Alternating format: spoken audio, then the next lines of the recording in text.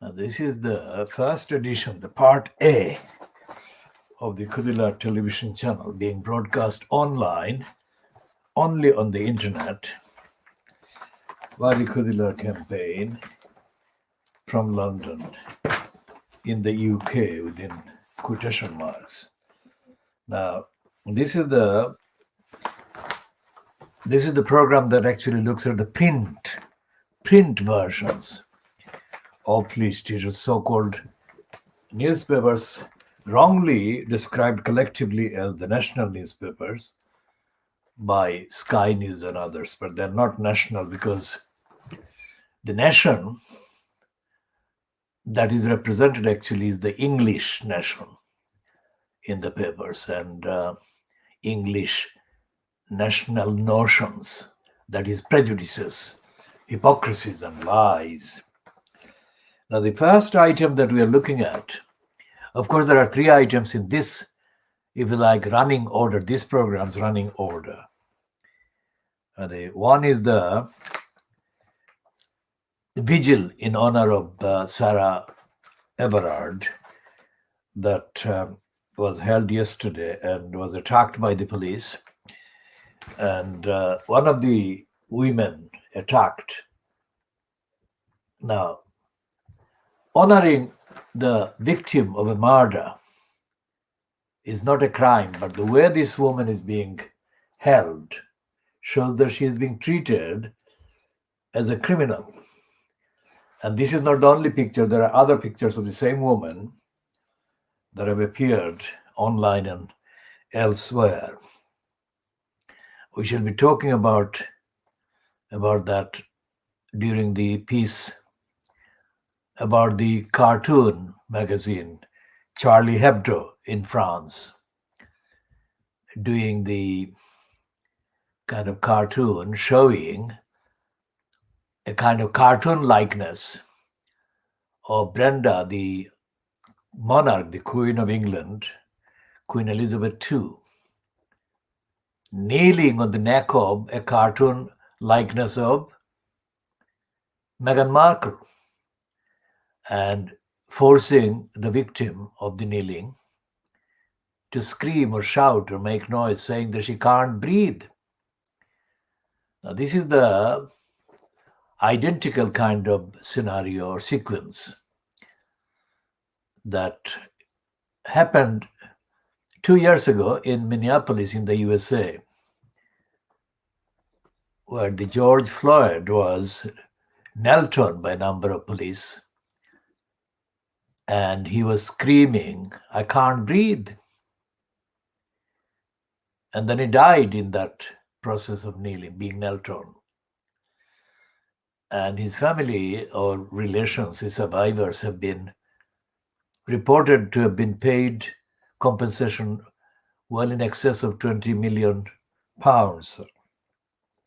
or nearly $30 million. And we shall be also focusing on the latest evidential, factual, original components of the campaign that we have launched for justice for the children betrayed by the Tower Hamlets Council, which owed those children safeguarding children duties.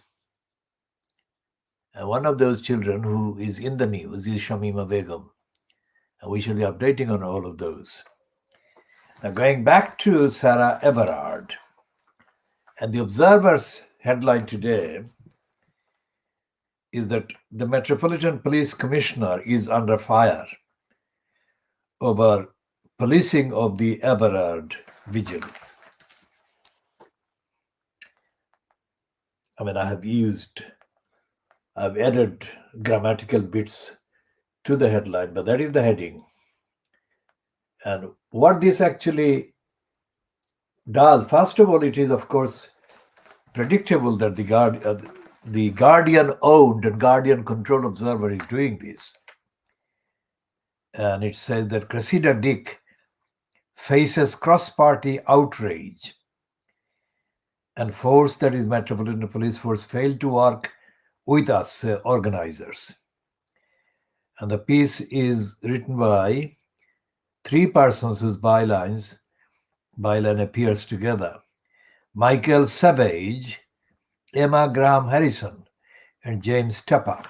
Now, during the day yesterday, Saturday, at various stages, the organizer, she was being referred to as singular, organizer, not organizers. And it's obviously of the same background like Sarah. It's a white young woman. And it was mainly, the vigil was attended by mainly white women, mostly aged under 40, if you like. But during the day, the organizer and various kind of Twitter accounts suggested that the vigil had been cancelled and that alternative kind of vigils would take place during the evening and in the following days. Despite that, suddenly there was news, or there were images coming online. Not only that the vigil hadn't been cancelled, but that vigil had been kind of going ahead. And there was no specific announcement that the vigil would go ahead as such. Shortly before those items began to come online, there was this spin for Kate Middleton, wife of Wills. And she was being given a very different spin. First of all, she wasn't wearing the face mask, which is remarkable.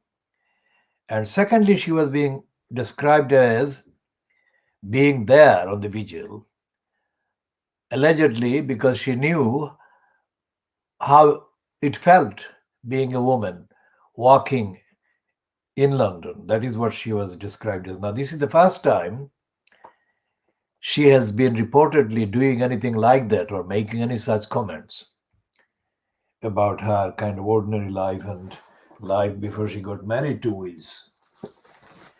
The significance of that is the fact that she was there on the vigil, supporting the vigil in honor of Sarah Everard, automatically added, unspoken, if you like, kind of importance and kind of acceptability for the most of the kind of population, the 52% of the gullibles. Because the gullibles kind of blindly follow, or irrationally follow anything that the kind of Brenda and the likes of Kate Middleton do. Brenda and Kate Middleton are the kind of people, the icons for the gullibles. And by gullibles, we mean people who are unthinking, essentially, and people who provide the maximum, if you like, components, or the maximum numbers of the people who do stupid things like voting for Brexit, being racist, and hostile to Meghan, because the Brenda and her family are hostile to Meghan and have bullied Meghan, or have racistly abused and cornered and harassed Meghan Markle. But there is a mixture here. If Kate Middleton goes to join the vigil for the victim of a murder, then she also appears to appeal to people who are not the gullibles and who are kind of less irrational, if you like, and the more kind of for fairness and justice and the protection or the safety of the women on the streets. So combined together, Kate Middleton's presence at the vigil, no matter how short it was or how short it lasted for, added to the appeal for the vigil, and also added to the justification for ignoring any obstruction coming on behalf of the Metropolitan Police against the vigil. Now, that is the first paragraph, if you like. The second paragraph is that there is no evidence, there could be no evidence, absolutely no evidence that those women, mainly women, but any man supporting them and being present behind them in support and solidarity, who would be there for showing respect for this victim, this extraordinarily kind of unbelievable kind of victim. None of those people would be there to cause any problem.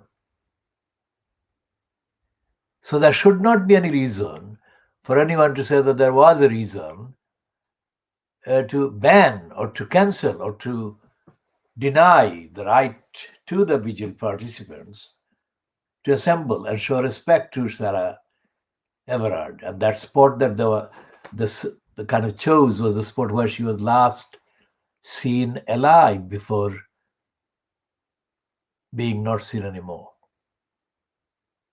So who in their right minds would think that these women and these vigil participants, were there to cause any problem for anyone?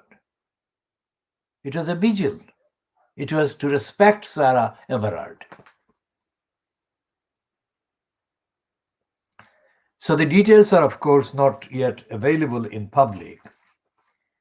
The details of what happened when the eruptions of violence against the women occurred. And it was seen and it can be seen on the videos, that the main physical pressure came from the police on the women at various stages, from various angles, and in various formations. Now, these women were treated essentially as criminals. I mean, why were they treated as criminals? What evidence existed or could exist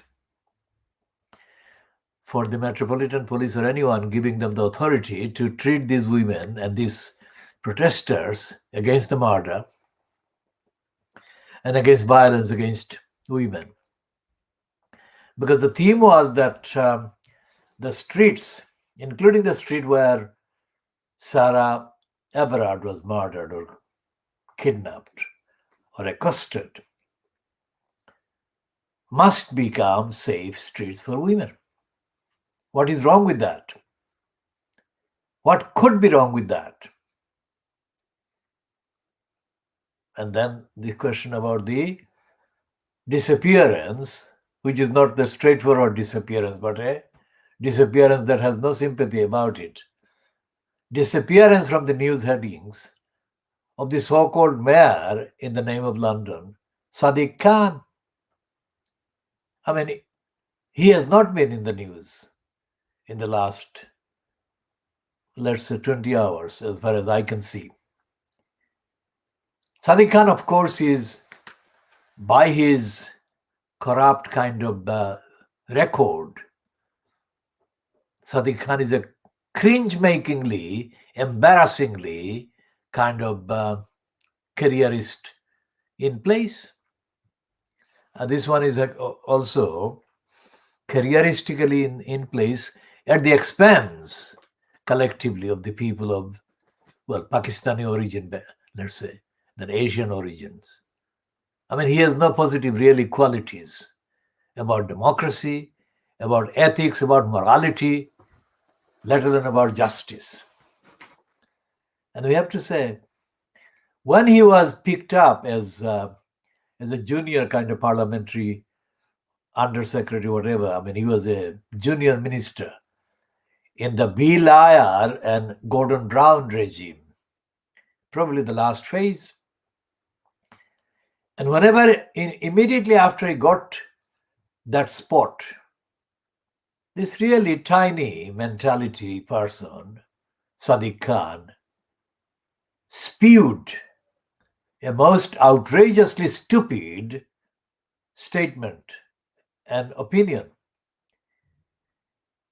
I mean, instead of addressing anything else that affected the country and the government and the nation and the world and London's population or England's population or UK's population, this idiot, Sadiq Khan, published a stupid condemnation of the Muslim community.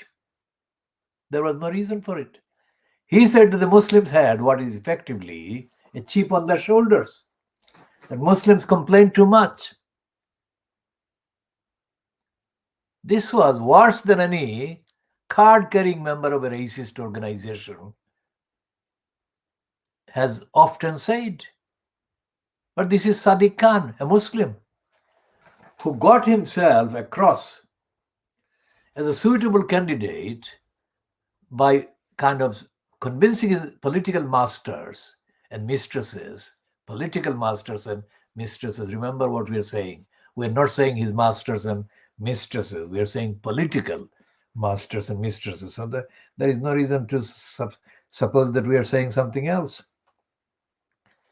He convinced them that he was suitable by running some kind of line saying that he would be a good diversity display that would take care of the kind of spot or the box. Are there enough Muslims, or is there any Muslim there? While he would betray the universal, essential entitlements and rights and say of the Muslims. That is what he did.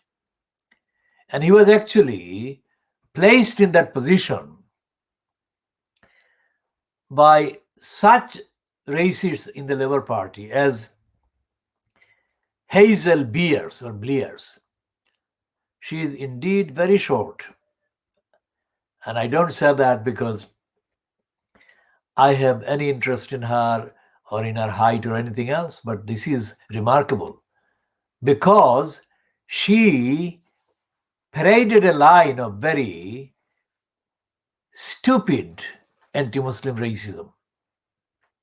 And Sadiq Khan, when he said that Muslims complain too much, was quite literally echoing Hazel Blears. And Hazel Blears was also responsible for compiling the list of 16 or 18 so-called Muslim women in the UK to operate as a kind of surreptitious group of Muslim kind of women whose role would be to spy on Muslim community.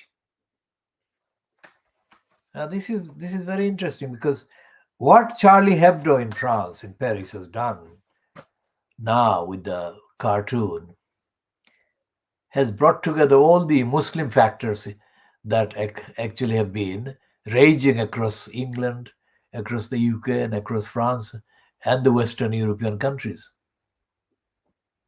Anyone who has been watching this program might think that we maybe make too many references to Muslim, but not at all.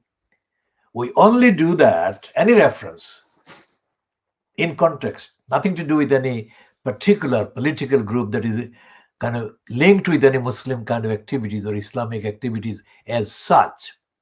What we are doing is kind of diagnosing, examining the most intense and the highest priority, the hottest kind of topics. And the topic of Muslims could not be any hotter because of Charlie Hebdo this weekend, and I'll tell you why. When Charlie Hebdo was the target of some alleged Muslim terrorist attack a few years ago, Charlie Hebdo was kind of praised and it was lauded, and everyone, including in the UK, the anti-Muslim ones in the UK, jumped on the bandwagon and said they are Charlie Hebdo. And they did that brazenly by attacking Muslims.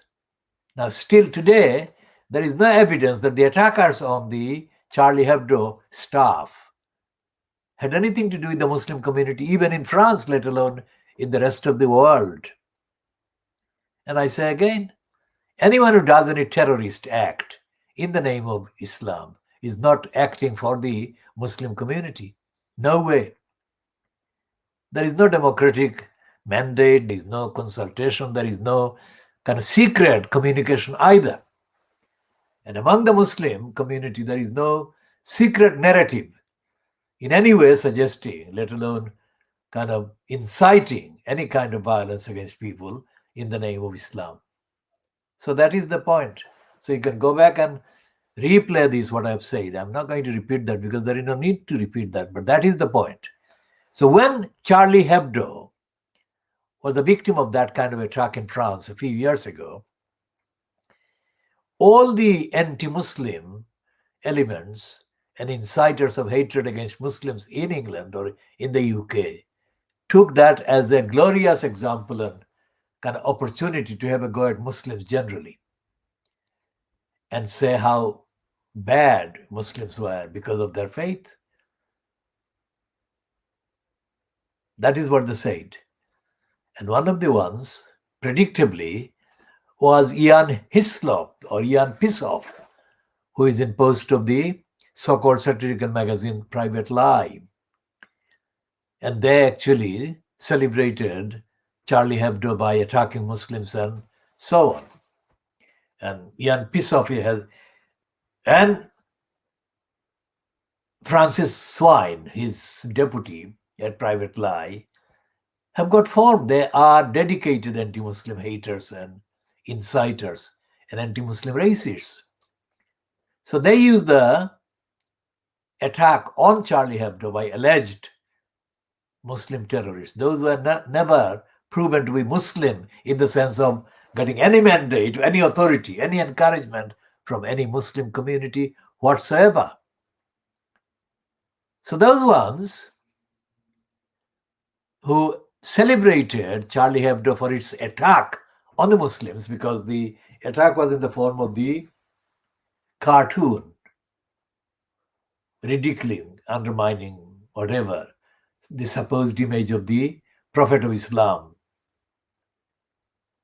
And the anti-Muslim haters generally used that and exceeded the capacity of rational extension and extrapolation. And they habitually use, even now, the Charlie Hebdo cartoon as a justifiable exercise of freedom of expression. Now we say, isn't that funny? Today, on the 14th of March 2021, on a Sunday, the entire mainstream Fleet Street is absolutely solidly against Charlie Hebdo, running a cartoon containing a likeness of Brenda, otherwise known as Queen Elizabeth II, and showing Brenda as sitting on Meghan Markle's neck, kneeling on Meghan Markle's neck and making Meghan Markle scream for help. I can't breathe. And all the British Fleet Street newspapers have forgotten freedom of speech, freedom of expression, freedom to comment, freedom to express an opinion in good faith. When all of those things were acceptable to them as justifications for Charlie Hebdo, causing outrage among Muslims by attacking the imagined image of the Prophet. Of course, there is no known image of the Prophet, so they had to imagine the image of the Prophet. Now, I wasn't one of the people who had any comment to make about the Charlie Hebdo thing, because everything I stand for and I stood for has already been published by me in the wider context, and I'm updating that today. The freedom of expression is fine. I mean, freedom of expression is absolutely a very serious value, and it must be defended. Absolutely. But only condition being that it has to be related to human beings. That is to say, freedom of expression becomes invalid, unjustifiable, if it is used as a kind of pretext to carry out or mount or incite attacks that are otherwise absolutely contradictory to the right to safety and security and peace on the part of the people, and right to life and right to opinion held by people being targeted for by any of these attacks. So, to what extent did Charlie Hebdo, the cartoon today, or the cartoon that the Fleet Street papers are condemning today, to what extent did it breach any of the universal values of freedom of expression? How did it endanger anyone's life?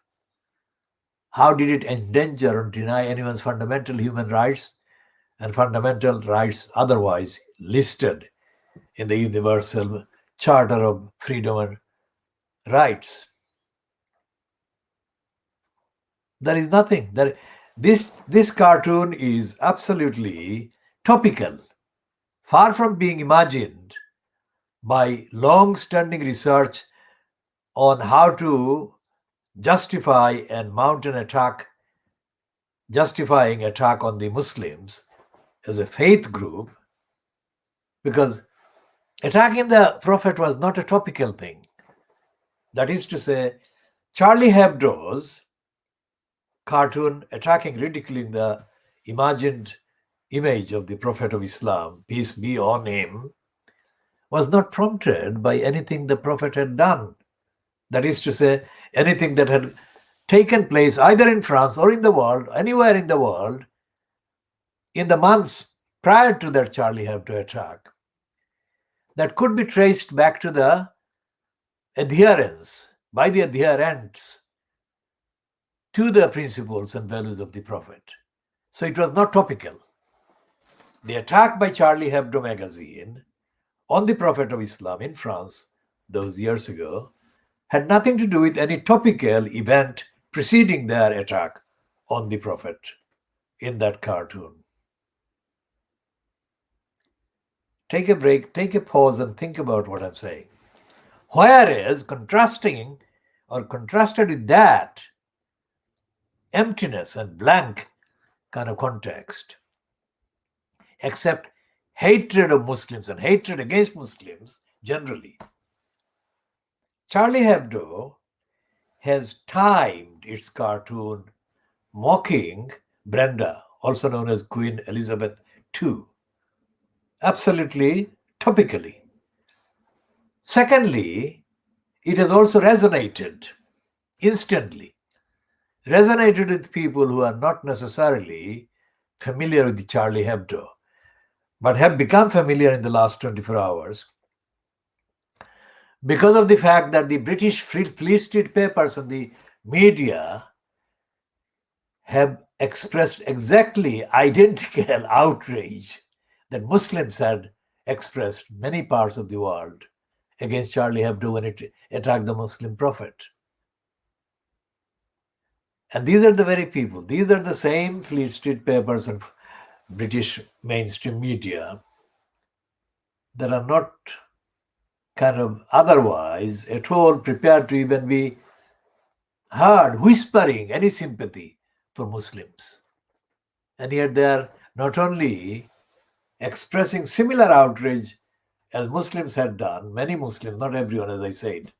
I mean, I didn't publish any comment or post any comment as such at that time.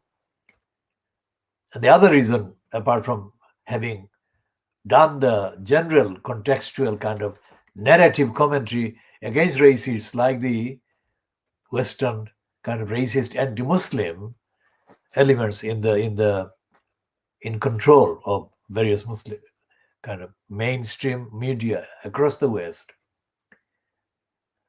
I had not kind of left anything unsaid, if you like, by not commenting at that time.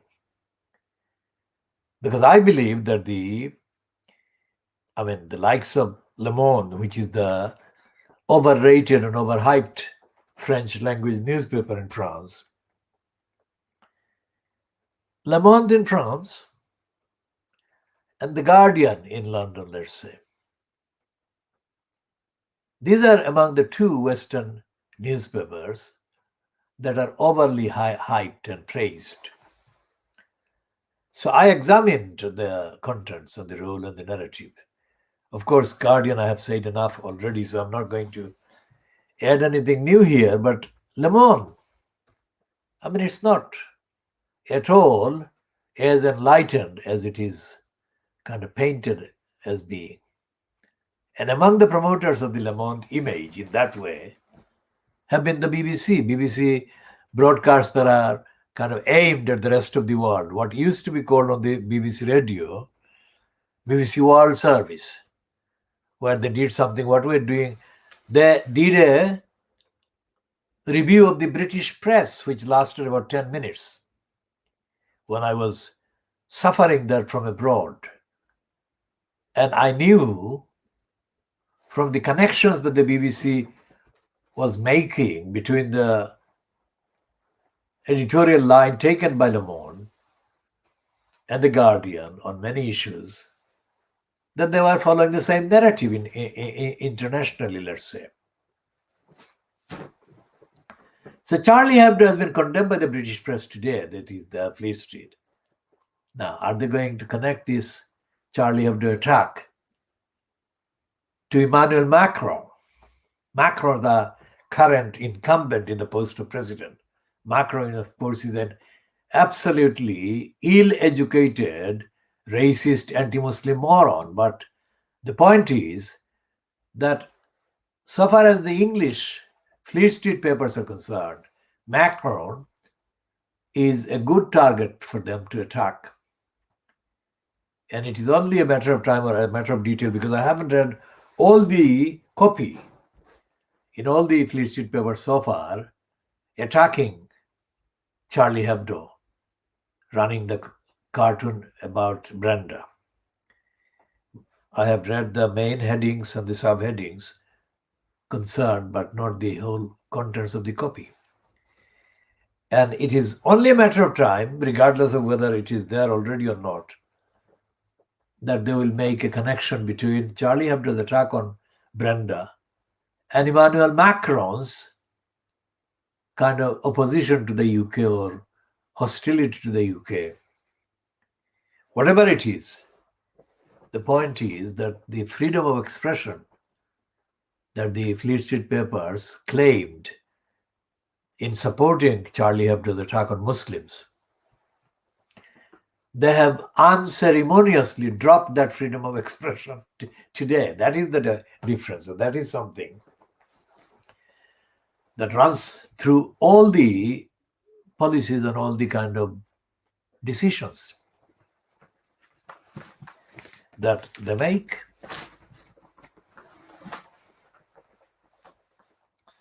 And it will coming more to that. Now, today's papers,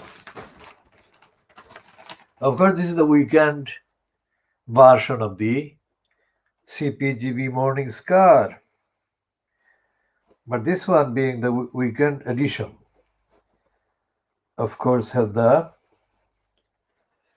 kind of some of the kind of contents about the police trying to stop the vigil. This is not the one that was printed after the clashes yesterday.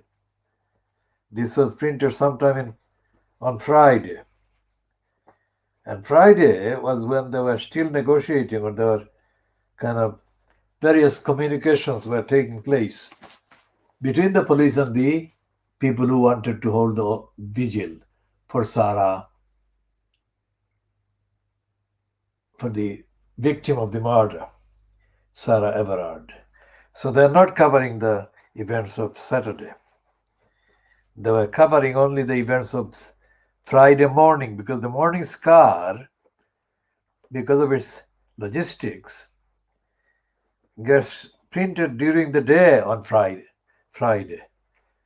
The Morning Star, say, dated the Saturday and Sunday, got printed on during the day on Friday.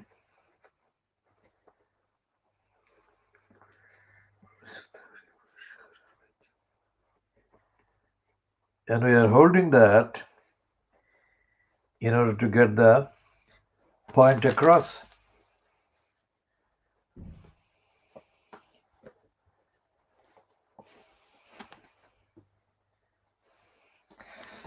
The point is that the morning star doesn't actually report the news.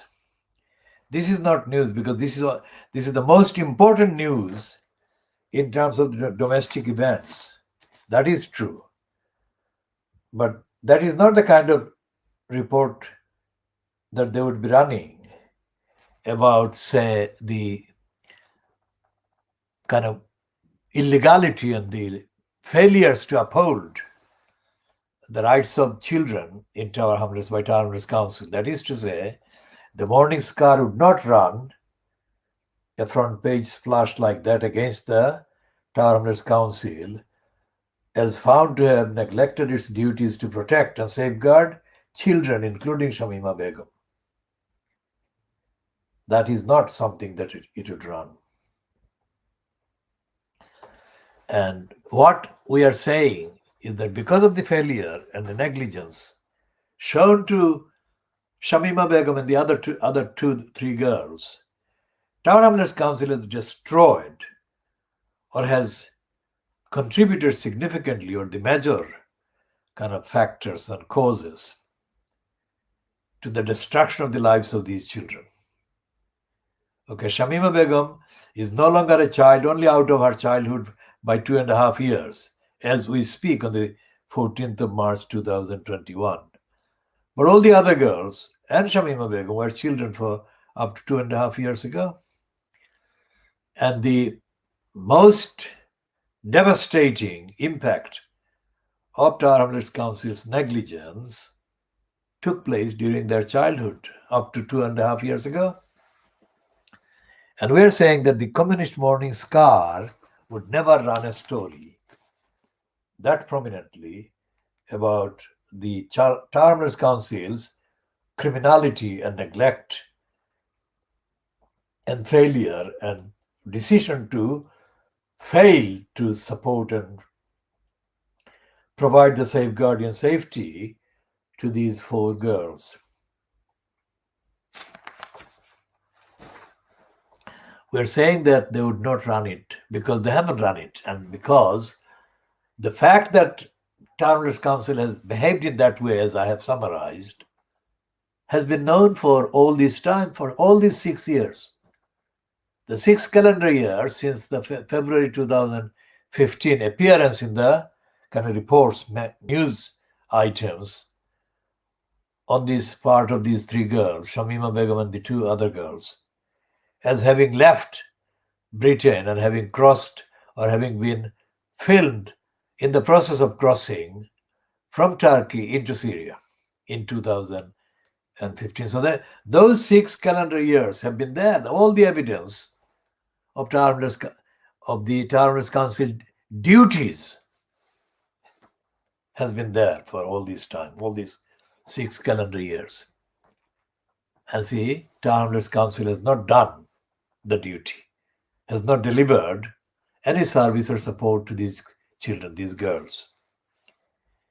And we are saying that it is as major a failure as is the failure of the Metropolitan Police to recognize the right of these women to protest peacefully and protest peacefully in solidarity with the victim of kidnapping and murder, who was allegedly kidnapped and murdered by one of the Metropolitan Police persons in service at the time. Now, I don't know whether anyone else would be making this comment, but this is a very embarrassing piece of evidence that shows that the Metropolitan Police is not fit for purpose. I'm not aiming this at any individual police person. I'm saying the whole number of police and all the decisions affecting the fact that this Sarah person, this young person, age 33, was murdered by a police person in action. I mean, he's employed, currently employed, was currently employed as he kidnapped her and murdered her, and God knows what else he did to her. Now, that is not only chilling, absolutely unbelievable, unacceptable. How can a serving police person even think of doing these crimes, let alone doing the crimes? Because the police are the port of call in any emergency situation people face, and needing people kind of help from other attackers, other murderers or would-be murderers and killers. And this goes back to the issue of the police, the concept of the police in Britain. Whenever it was established, as I have said before, policing remains the one taboo area for political action about. There is no political action. And this cringe-making moron, Keir Starmer, who is supposed to be the licensed law trader, who is supposed to have been the Crown Prosecution Services, Director of Public Prosecutions, etc. This moron is completely not mentioned in any of the running orders, in any of the actual commentaries or news that have been accessible following the confirmation of the key facts that Sarah Everard was kidnapped and murdered by a serving Metropolitan Police person. So the police, the purpose of the police, the freedom of the police, and the duties of the police, all of these have been allowed to remain without any examination for more than 150 years. Think about what I'm saying. And don't get carried away by diversionary claims that the police are accountable. They are not. And again, I say, I don't know any individual policeman about whom I'm making this comment. I'm making the comment generally about the police. And if the women who were harassed, hassled, pushed by the police during the vigil yesterday, I mean, that shows that the behavior was not only was the behavior not correct, but it was not safe for women. Remember how many people have been seriously harmed by police contact or contacting the police. There has to be very serious review of the police physical contact with people. Unlike the kind of protesters and people supporting the cause for safety, safe streets for women in London, elsewhere.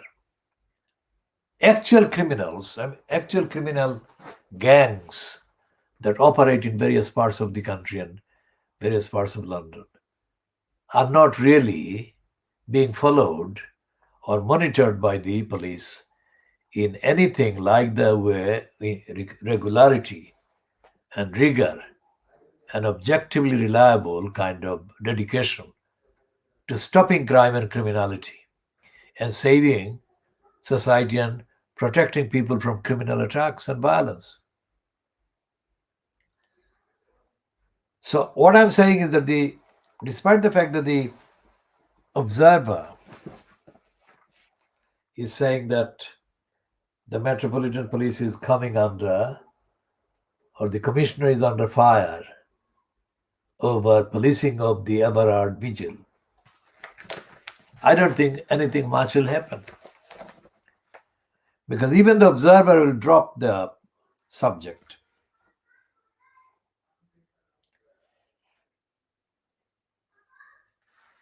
And the reason why it will drop the subject is because people that actually write the observer and edit and set the agenda and the policy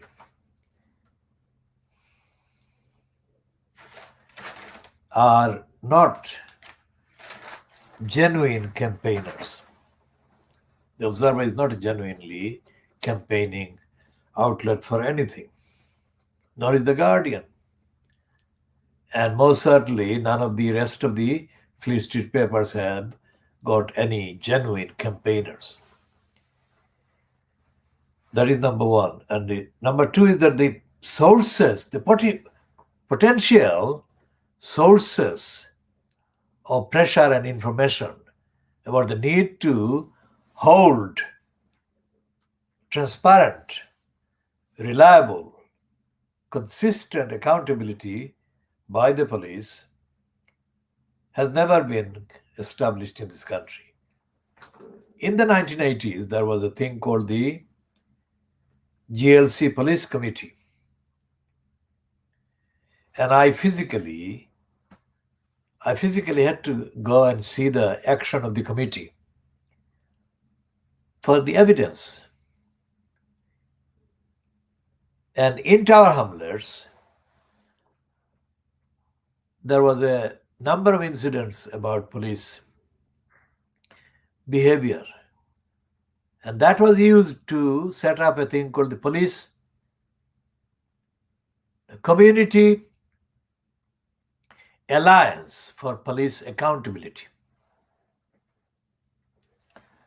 That was done in 1981, which coincided with these people being linked to the police committee at the GLC. And that meant that they were doing that in order to get GLC funding.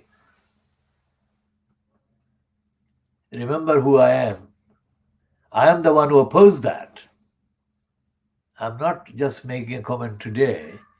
I opposed the Kappa at that time, and I called them Coppa, not because I didn't have any confidence in the demand, objective demand, for setting up a community alliance for police accountability. I welcome that kind of prospect, but I looked at the reality of the people mainly forming the Kappa, and I knew that they were a bunch of liars. Anyone who thinks that I use the liars too often should do a fact check and think why I do that. I don't do that too many times because this is the program or this is the campaign that does it. So while the rest of them are completely unprepared to say the word liar about a liar, I say that. So that shows the proportion as being too many. It's not.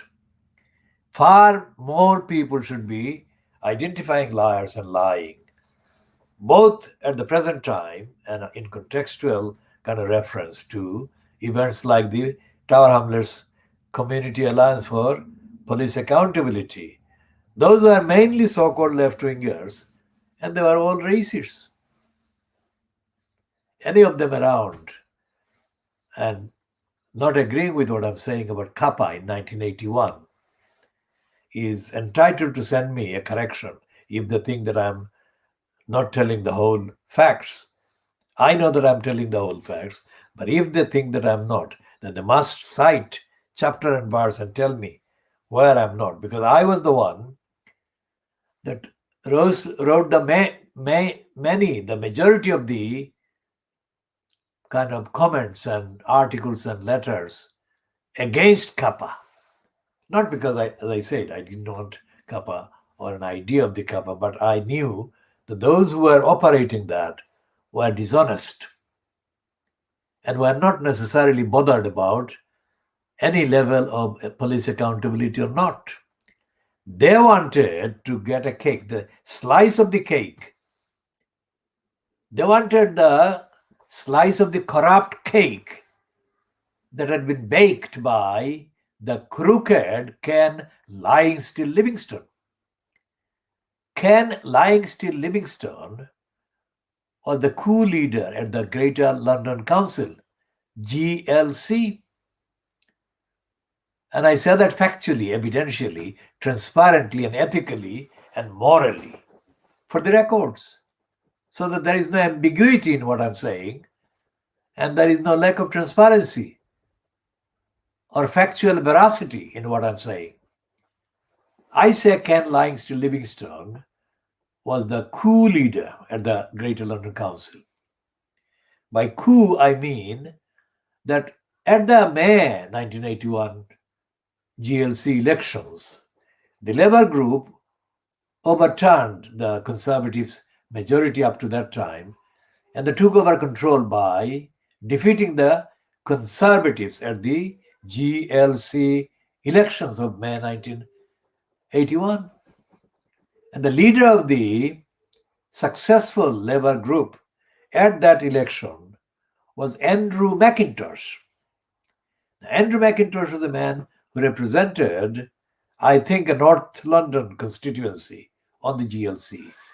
But he was considered right-wing, or he was considered to be too right-wing for the GLC, and the likes of Ken Lying Still Livingstone, together with John McDonnell, who was the so-called shadow chancellor for Corbyn until they gave up in following the 2019 UK election. John McDonnell and Ken Lying Still Livingstone were among a number of GLC left-wing so-called Labour Party members who contrived, that is, they conspired to stage a coup at the GLC Labour group and to unseat from leadership position the same Andrew McIntosh.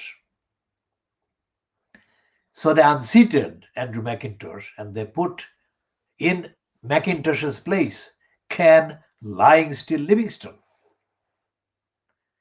So within months of that coup, the likes of Ken Lying Still Livingstone and others, including the black sectionist embarrassment, Paul Boateng. I shall come to detailing on why I call Paul Boateng an embarrassment later. So Paul Boateng was the so-called hyped as the first kind of GLC member, black member so-called. But everything Boateng did was as an imitation of the worst of the bourgeois white model. Boateng may have claimed to be the son of a Ghanaian father and a white mother, but he exhibited no solidarity with any community anywhere in the UK that was either African or Asian origin or Caribbean. So Boateng was put there as an exhibit. Paul Boateng, Boateng, Boateng, got elected as a member of the Labour Party for the GLC, Greater London Council, from Brent. I went there to speak to him shortly after that, and I spent several hours trying to get Boateng to tell the truth, and he didn't. He evaded all the questions, despite my extreme generosity shown to him, because I would not be as patient with another liar for as long as I did with that liar in a particular face-to-face kind of few hours that I was prepared to spend with him, seeking answers. Now, if Boateng is watching this, or if anyone sympathetic to Boateng watches this or hears about what I have just said, is welcome to communicate strictly factually, chapter, date, and verse, and any contents. And I shall be prepared to check those.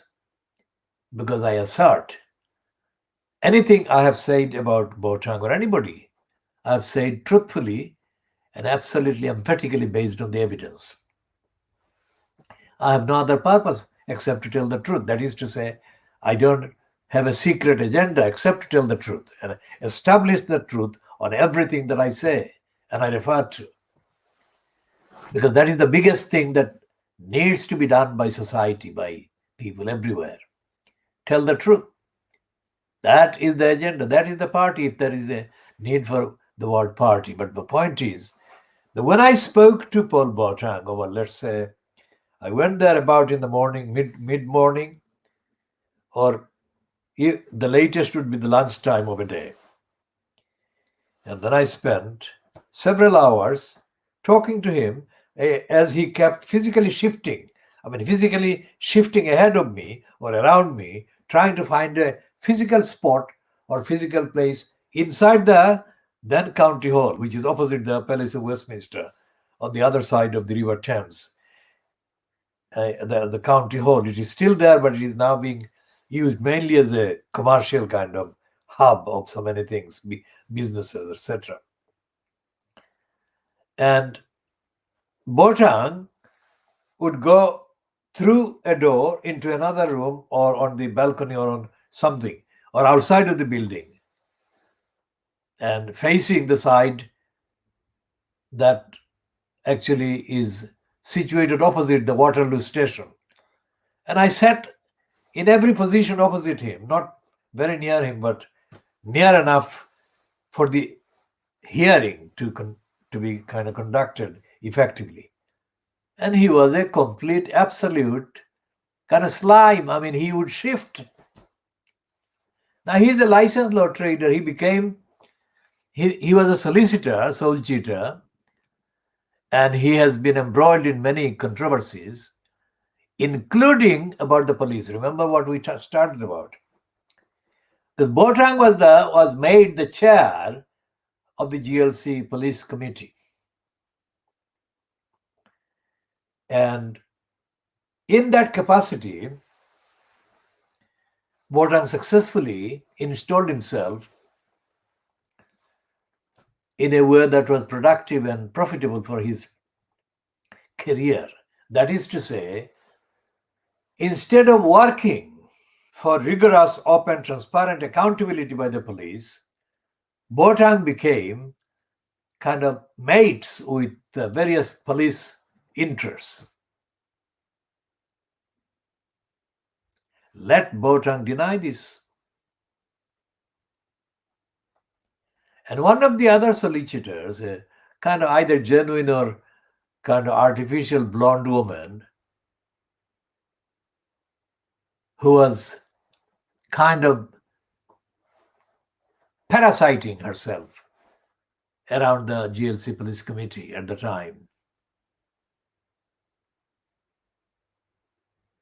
These are the people that profited, career-wise, they profited from claims that they were making that the GLC police committee was holding the police accountable. It was absolutely doing no such thing. So when I say today, that was 1981. So 81, 91, 2001, 2011, and now 40 years, 40 calendar years later, I am asserting that Sadiq Khan,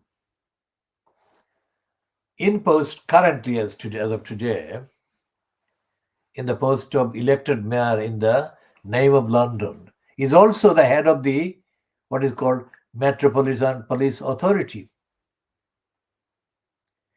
Should Sadiq Khan not be featuring in the news about what happened yesterday? He should, but he isn't. So make your conclusion, make up your mind. Don't conclude that I'm against Sadiq Khan or that I'm being unkind to him, because in Britain, a racist society, any son of a bus driver like Sadiq Khan in any public position should be given the benefit of the doubt and given the most support. In principle, of course, they should be supported, but in my book, they should not be supported unfairly, unduly. And they should not be supported at the expense of the people that they are holding that position or being incumbent in that position, failing in that duty, causes harm to those people, like the women yesterday who had been manhandled, kind of pushed and bullied and done other bad things by the police. I mean, they needed peaceful space to peacefully protest and show respect to Sarah Everard. But where was Sadiq Khan? You see, if a Sadiq Khan or a Sajid Javid or a Roxana Fiaz, these three have been named by the Guardian many times, embarrassingly to me, because the reason for their being named and celebrated in the way that the stupid Guardian has celebrated them shows that they are being Pakistani, or they are being children of Pakistani bus drivers, or they are being children of Pakistani migrants to the UK, makes them less than equal inherently. That is to say, they are being Pakistani or of Pakistani origin makes them naturally unequal by their own fault of birth or DNA or something. Think about that. That means that racism is right, and that there are racial superiorities and inferiorities, and the Pakistanis are inferior to the white people or others. Now that is racist. Think about that. We shall come to discussing Roxana Fiaz's latest disasters in due course. So what we are doing in this part, we are crisscrossing from the police role in attacking these women protesters that gathered to honor Sarah Everard. And we are also talking about Shamima Begum, and we are talking about, of course, Meghan Markle. So these are the three: Sarah Everard, Shamima Begum, and Meghan Markle. These are the three women we are talking about in this part A of the KhoodeelaarTV channel, being broadcast only online from London, not on the terrestrial nor on the satellite channels. And let's bring that banner up as well. That is this banner that gives the time and date and etc. Now, we are focusing today on Sarah Everard and Charlie Hebdo and Shamima Begum. Charlie Hebdo is, of course, about the treatment by the royal family of Meghan Markle. Now, it says that I am the eldest fourth generation male descendant of the spiritual leader, philanthropist, educationist plus, who was Ved Shah. We shall be discussing about Ved Shah in due course, but reason why it is there. What I have been doing is exactly what he did according to my grandmother. That is to say, he did the right thing for the right cause, not for profit, not for any personal benefit or benefit of the family, his family at the time, which was mainly, he was alive, mainly and active. Not all of it, but most of his time was in the 19th century, 18 something, whatever. And what he did was, he was an educationalist in the widest possible sense. He had all kinds of educational activities going on. And he was a philanthropist. He gave money and supported people of all backgrounds who needed support. And essentially, he was a spiritual leader. That is to say, he was a spiritual entity. And he prayed for people, he blessed them, he counseled them, and all the other things. And he was a traveler across the Central Asia on foot. So all of those things are relevant to me. And what I'm doing, according to my grandmother, is what he was doing. Doing the good thing, the correcting the right thing without connecting that to any benefit on my part. And Bed Shah, the bed is the word mystery. So he had many mysteries. That is why people gave him that name, Bed Shah. He knew many mysteries. I mean, I haven't got a list of the mysteries, but he was given that name because of that. And the most important thing, according to my grandmother and some other people who have told me that, separately from my grandmother, that is to say, the information has come independently about him. They have said that people would come, flock to his house. I mean, any number of people. I mean, I'm not giving any number exactly, but it is huge numbers of people would visit him when he was at home. That is to say, he was not traveling or doing the philanthropic work that took him away from home. So when he was at home, people in very large numbers would come and visit him, and people would seek his help, plead for his help, and whatever way they expressed. And he would pray for them. He would say whatever he said and whatever happened, and people would go away, and whatever ailments or complaints they had for seeking his help, apparently, according to my grandmother, according to these other people, that especially another man, that he was a much older man, older than me, when he said about my grandfather, great grandfather, people would go away, and the complaints or the problem would go away, whatever the problem was. So they would decide, those people would decide themselves, and they would return with offers. Now, there is no measurement as to what they offered, but mainly they offered land, their own land, and they would say that they would hand over their land to him in recognition, in appreciation of what he did for them. Now that went on, and that went on for years. And that's what he became known for in the local area. And people would come from far away, whatever the distance. And all of that happened. And my grandmother said that if he accepted the offers, then he would have the whole area under his ownership. And he didn't have any of the land offered or any of the other property or assets that were offered to him. He didn't accept them. Now, it may sound simple as I'm saying it, but it is a very, very considerable kind of event, an act, series of acts. Trying to calculate the amount, I mean, it would be impossible to do that, but people wouldn't do that. People don't do that. And I'm absolutely positive about the legacy and positive about the feeling that I do in much smaller way, of course, much, much smaller way than he did.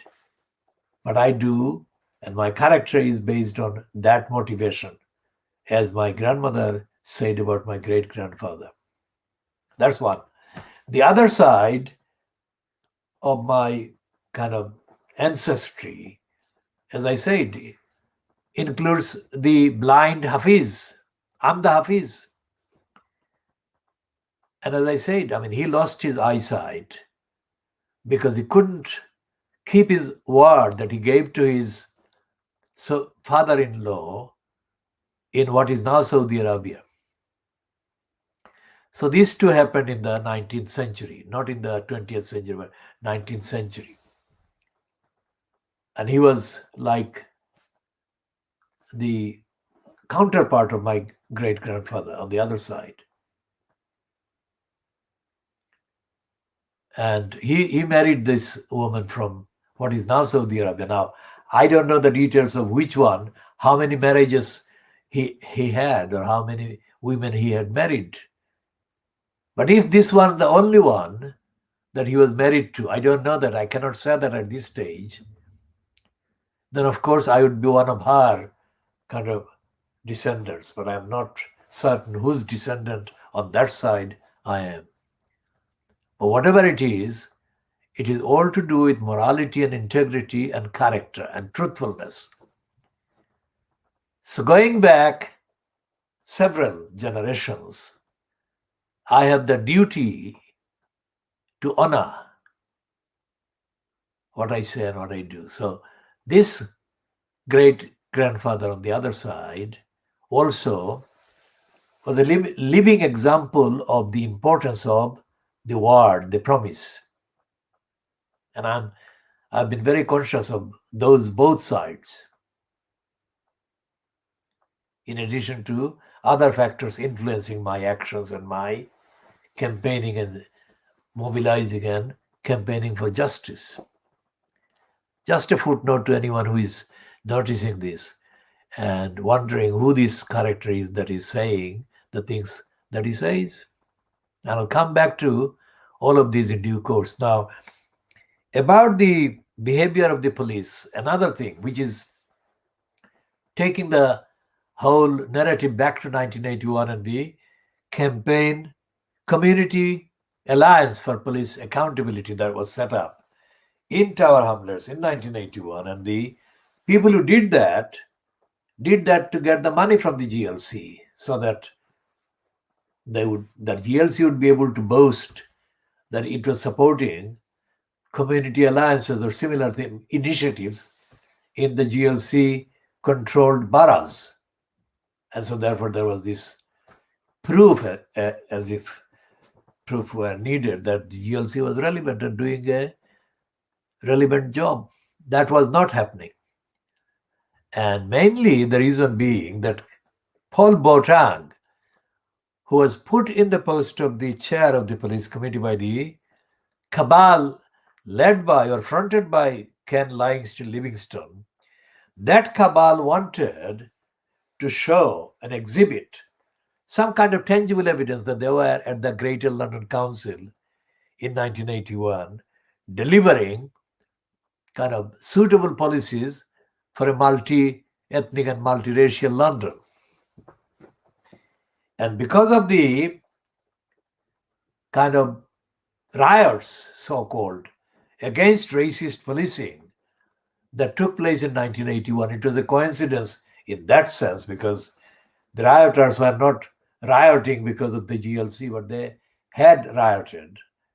And the riots began in April 1981 in Bristol, and it spread later in the year to Brixton. Bristol is somewhere else outside of London, and Brixton is, of course, part of the London Borough of Lambeth.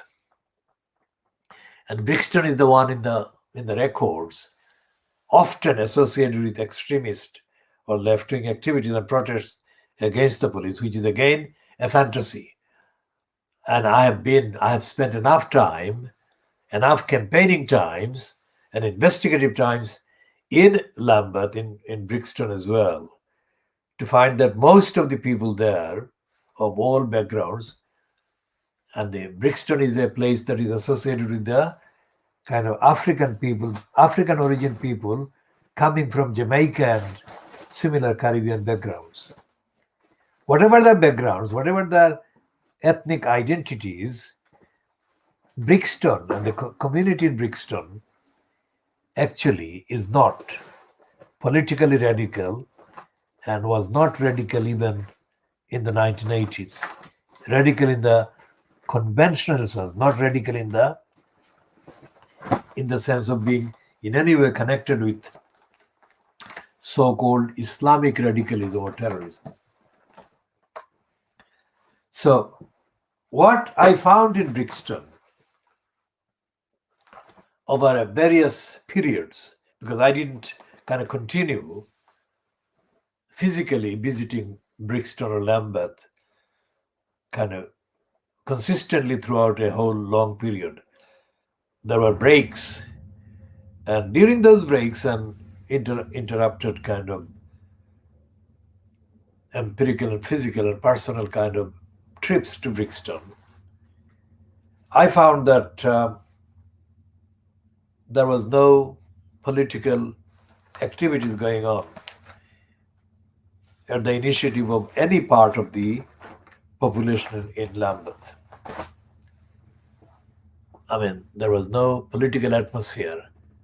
And in the last 40 years, there hasn't been any political initiatives that address the whole democratic ethical issues affecting the majority of the people in the borough of Lambeth, nor has there been anything that can be cited as being the leader of the flag or the symbol of any political legacy created by any sustained activities following the 1981 riots. So that applies to Brixton, that applies to the other side, the contemporary, let's say the counterpart of Brixton. Brixton, as I said, symbolizes or is often associated with the people of African origin coming through Caribbean, let's say. So that is the Brixton. And if you go to Southall, that one serves as the counterpart to Brixton, representing the people of India. Well, they're mainly from the northern Indian side, like Punjab, etc. But essentially, the highest number of Indian origin people live in Southall or Southall area, or Southall is associated with that. And likewise, Brixton, Southall, and Brick Lane. Brick Lane is like similar in terms of symbolic kind of stand or place that it occupies in reference to the Bangladeshis. And if you go to Bradford, it is significantly Pakistani people in Bradford, and so on. There are parts of cities and parts of London that are associated with kind of significant parts of the population coming from either Caribbean or from the subcontinent, Bangladesh, India, Pakistan, etc. But at none of these places, I've been to Southall quite a few times, and I've had contacts with Southall for investigative fact-gathering solidarity reasons. And I've found that the main kind of locally based operatives in the community, Indian community, have been as bad, as dishonest, as corrupt, as opportunistic as their counterparts in Brixton or in Brick Lane. Of course, I don't associate myself with those, but I have never been part of the inner crowd of the Labour Party or the inner crowd of the council or inner crowds of the other factors that have been kind of operating. And they're all limited in their immorality, if you like, the lack of moral stance. They're inhibited from morally asserting the truth because of their greed and their corruption, their affiliations, and their kind of associations as surrogates and stooges and as coconuts. Which takes me to the Runnymede Trust. The Runnymede Trust is a charity, and it is operated on the assumption, on the claim that it is what is now called the kind of diversity and equality and multiplicity in terms of race and ethnicity. Now, the Runnymede Trust is manned and womaned by serial kind of opportunists and stooges. And as has been exposed in the video that I've suffered access to for the first time earlier today, really these are embarrassingly stupid people, because they have done a video which appears to be about Brick Lane and Bangladeshis, but it is absolutely stuffed full of idiocies, ignorance, and stupidities. Now I'll list the instances of idiocies. And I said in initial kind of tweets that we have posted that we shall be elaborating on the Runnymede Trust idiocies. Now, the people in post at the Runnymede Trust include people that have been recruited from among the Bangladeshis. Some of them there are Bangladeshi origin. Whether they're born here or not is not relevant. The point is that they're shown as Bangladeshis origin or linked with the Bangladeshi community or Bangladeshi kind of biographical heritage or biological heritage, if you like, or ethnic heritage. But these people are devoid of the basic kind of intellectual abilities or knowledge or the perspective. And the result is, despite the fact that our movement, our campaign is the campaign that has been active for the last, in the context of 1971 and Bangladesh creation. So we have been the one that has been active for 50 years or almost 50 years in the identification of the community, in the defense of the community, and in the advocacy for the community. So it's not a favor, it's not a personal thing. This is a fact. So anyone writing or talking about the Bangladeshis in Brick Lane or Brick Lane and Bangladeshis in Tower Hamlets has no option but to acknowledge the work that we are doing. But Runnymede Trust has never contacted us, and in the video that we have suffered earlier today, there is no sign of any activities similar to the ones that we have been doing. We shall go into the chapter and verse, and item by item we shall kind of dispose of the lies and stupidities contained in the Runnymede Trust video later. Another time, maybe another part, but essentially what we're saying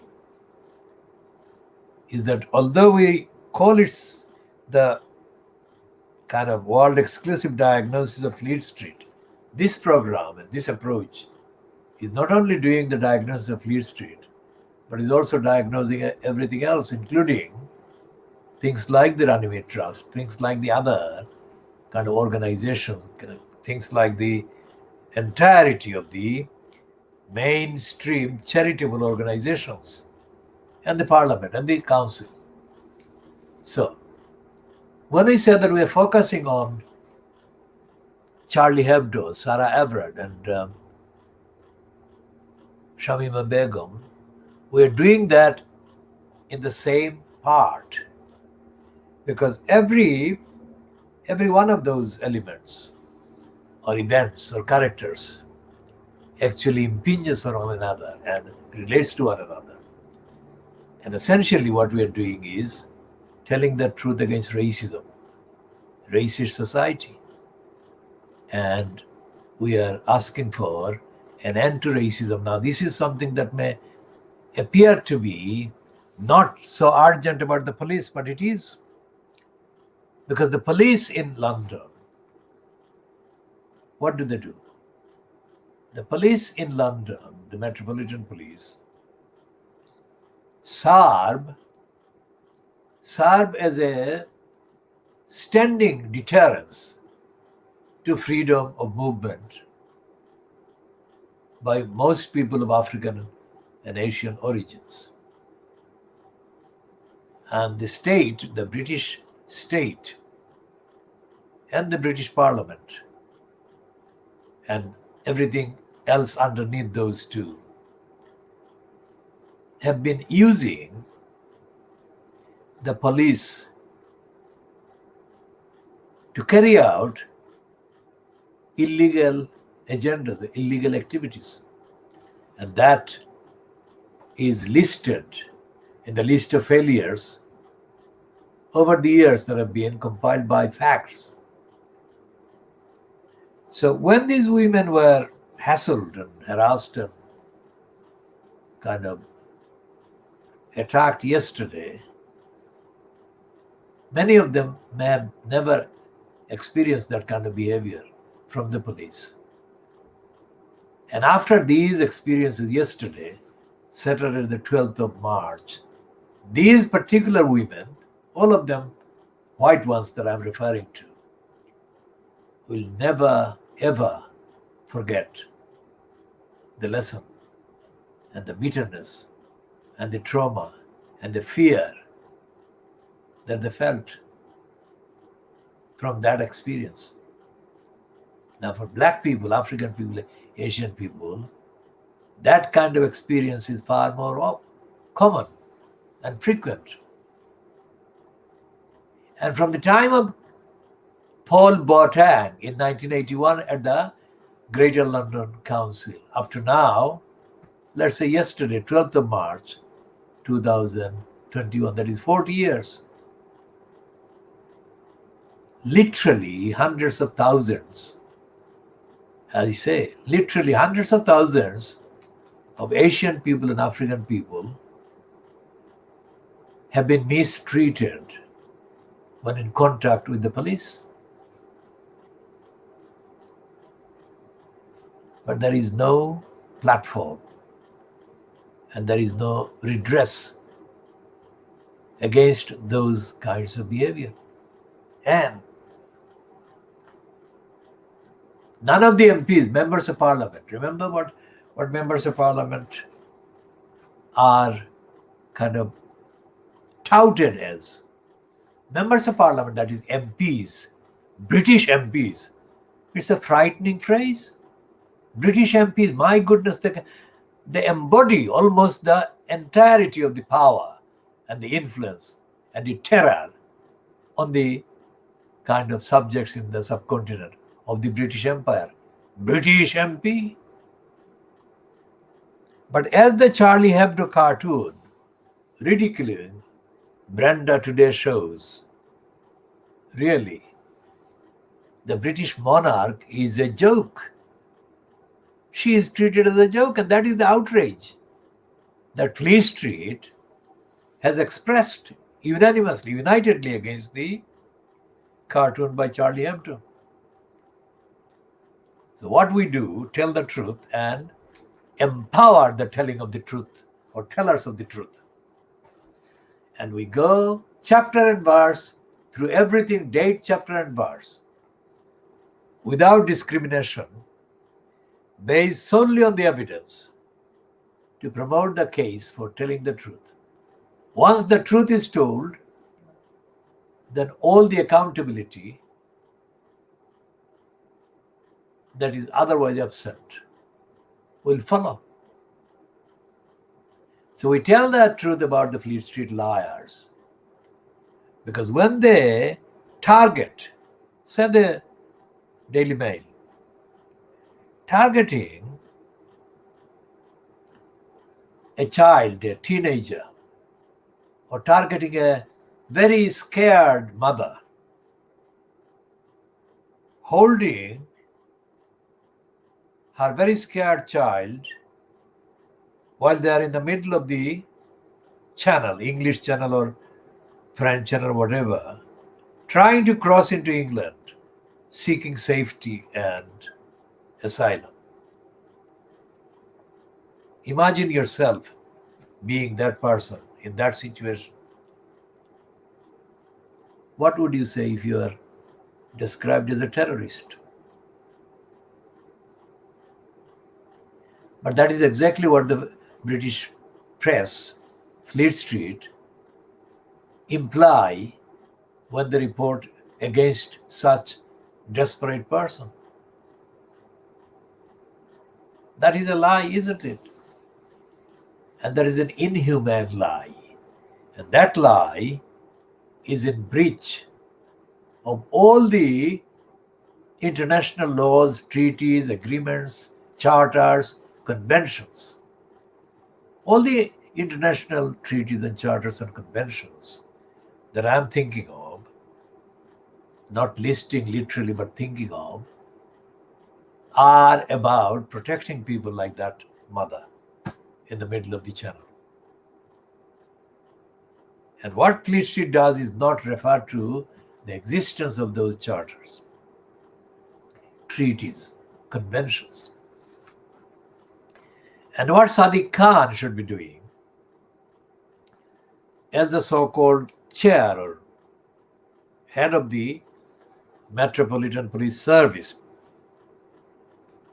which is a craftily, dishonestly devised cover to let the Metropolitan Police Force, or the Metropolitan Police Authority is what Sadiq Khan's contraption is called.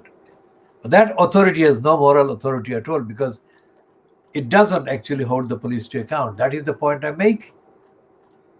And the irony of ironies is that Priti Patel, who is the least moral, ethical person, is the one in the news saying that she has asked the Metropolitan Police to report to her fully about what happened on the vigil. That item belonged to Sadiq Khan. He should have been the one to have featured as the mayor at the expense of London, to have demanded that the police give a full report and account on what they did to these protesters, mainly women protesters, on Saturday, the 12th of March 2021. So you can see the imbecile role that Sadiq Khan has played. And back again to Brick Lane and the Runnymede Trust. Their video doesn't describe any of the actions that have been taking place in protecting and defending the community in the East End of London and from the community in the East End of London. Let's say that, let's look at this one and check something that may have come as an updater online. If there is an update, we shall include that, and if there isn't, we shall leave that. So let's check, let's wait for this particular device to come on. It takes a few, it probably takes even a minute to come on. So what updates we can find, we shall fill in with those updates, and then we continue.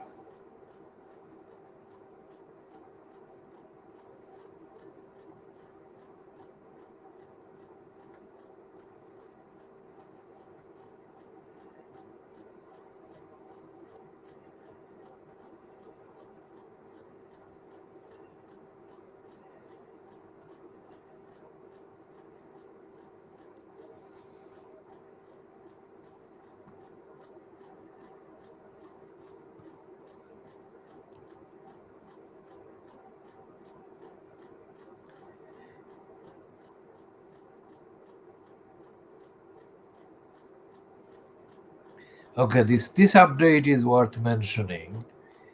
It seems that Sky News has reported that the Metropolitan Police Chief has been asked to resign after disgraceful clashes between officers and crowds. And it says 4 people were arrested for public order offences and breaching coronavirus restrictions at the vigil in Sarah Everett's memory. Now this one is timed as 10:13 hours GMT, so it's just around the time that we came to start the broadcast. And this, let's see if this comes on, this plays.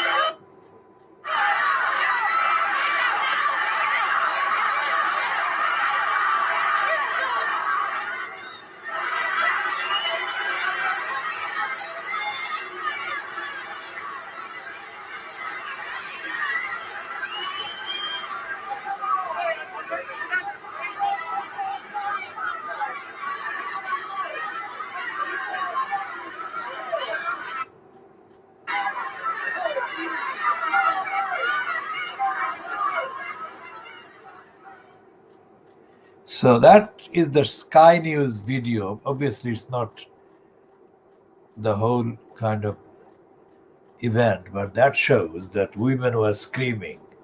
Obviously, they were being attacked, and they're shown at least one woman being attacked or pushed by a male police person. Now, how safe was that for the male police person to get so close physically to that woman? The Metropolitan Police is facing fierce criticism for its handling of a vigil in memory of Sarah Everard, with Commissioner Dame Cressida Dick urged to resign.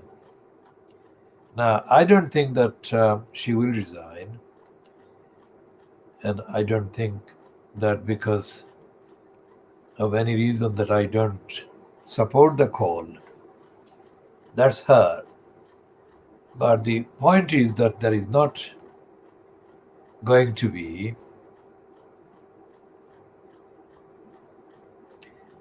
enough or the necessary political mobilization to make the police democratically, properly accountable. And as I said, even when in 1981 the GLC coincidentally came to existence under the Labour Party, and the Labour Party so-called left wing of the GLC Labour group staged the coup against Andrew McIntyre, and then they installed Paul Botan as the chair of the police committee. And Botan chaired police committee absolutely failed, not because it didn't kind of do its bits, but it did the bits to not hold the police to account. And that's what happened. And every person that was involved in the GLC police committee as employees has behaved as part of the status quo, and they have acted, in fact, against anti-racists and others. And this is a matter of the record. So despite the fact that there are calls for the current Metropolitan Police Commissioner to quit, she won't quit because the Labour Party won't do anything, and the Conservatives most certainly wouldn't want her to resign. And so it will continue, which means that women will not be safe in the streets of London. Although that is the case, but let's look at the Sunday Times today. It's a later edition. The earlier edition didn't have this headline, this front page, but this is the latest print edition of the Sunday Times today. And that does have that kind of report, the headline, outrage as police clashes tarnish vigil for Sarah.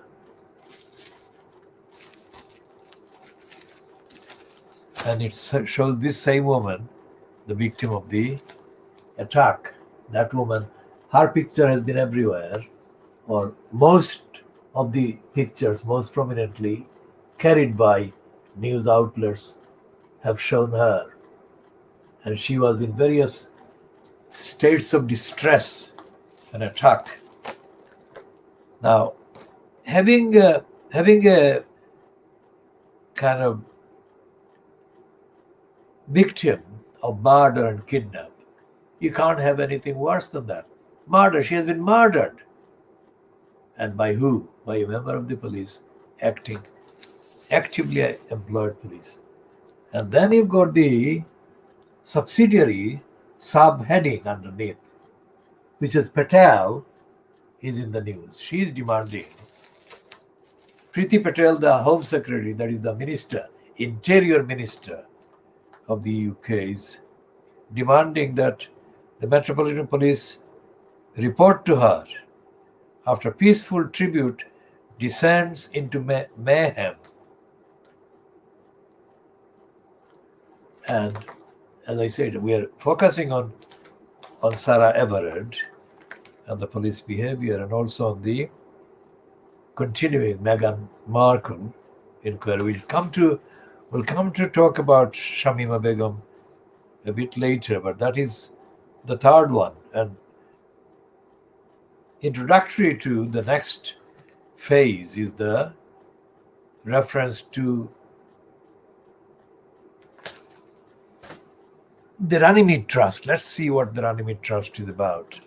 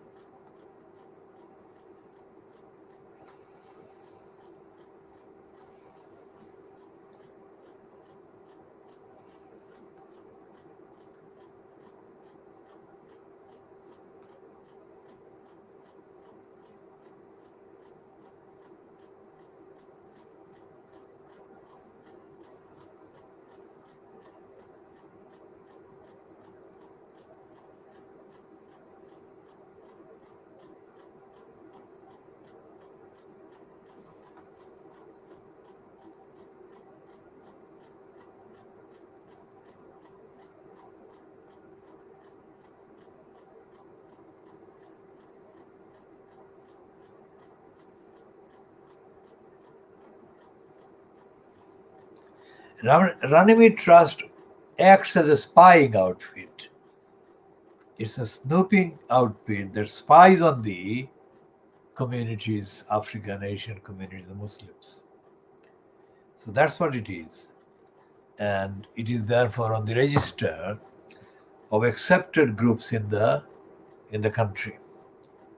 And this is why we have to correct the lies it has been publishing about Brick Lane, because the lies would become then parts of the accepted record and evidence. Now, our movement has been defending the community in Brick Lane since the early 1970s. Now, it's important about early 1970s because it was early 1970s when the state of Bangladesh was created. And within 18 months of that, Bangladesh being recognized as a state in its own kind of entitlements, the first Fleet Street kind of profile on anything to do with Bangladeshis in the UK was run as a piece carried in the magazine, Sunday Times magazine, by the Sunday Times publication. And it was against Silotis, against Bangladeshis, against Muslim culture. It wasn't against Bengal.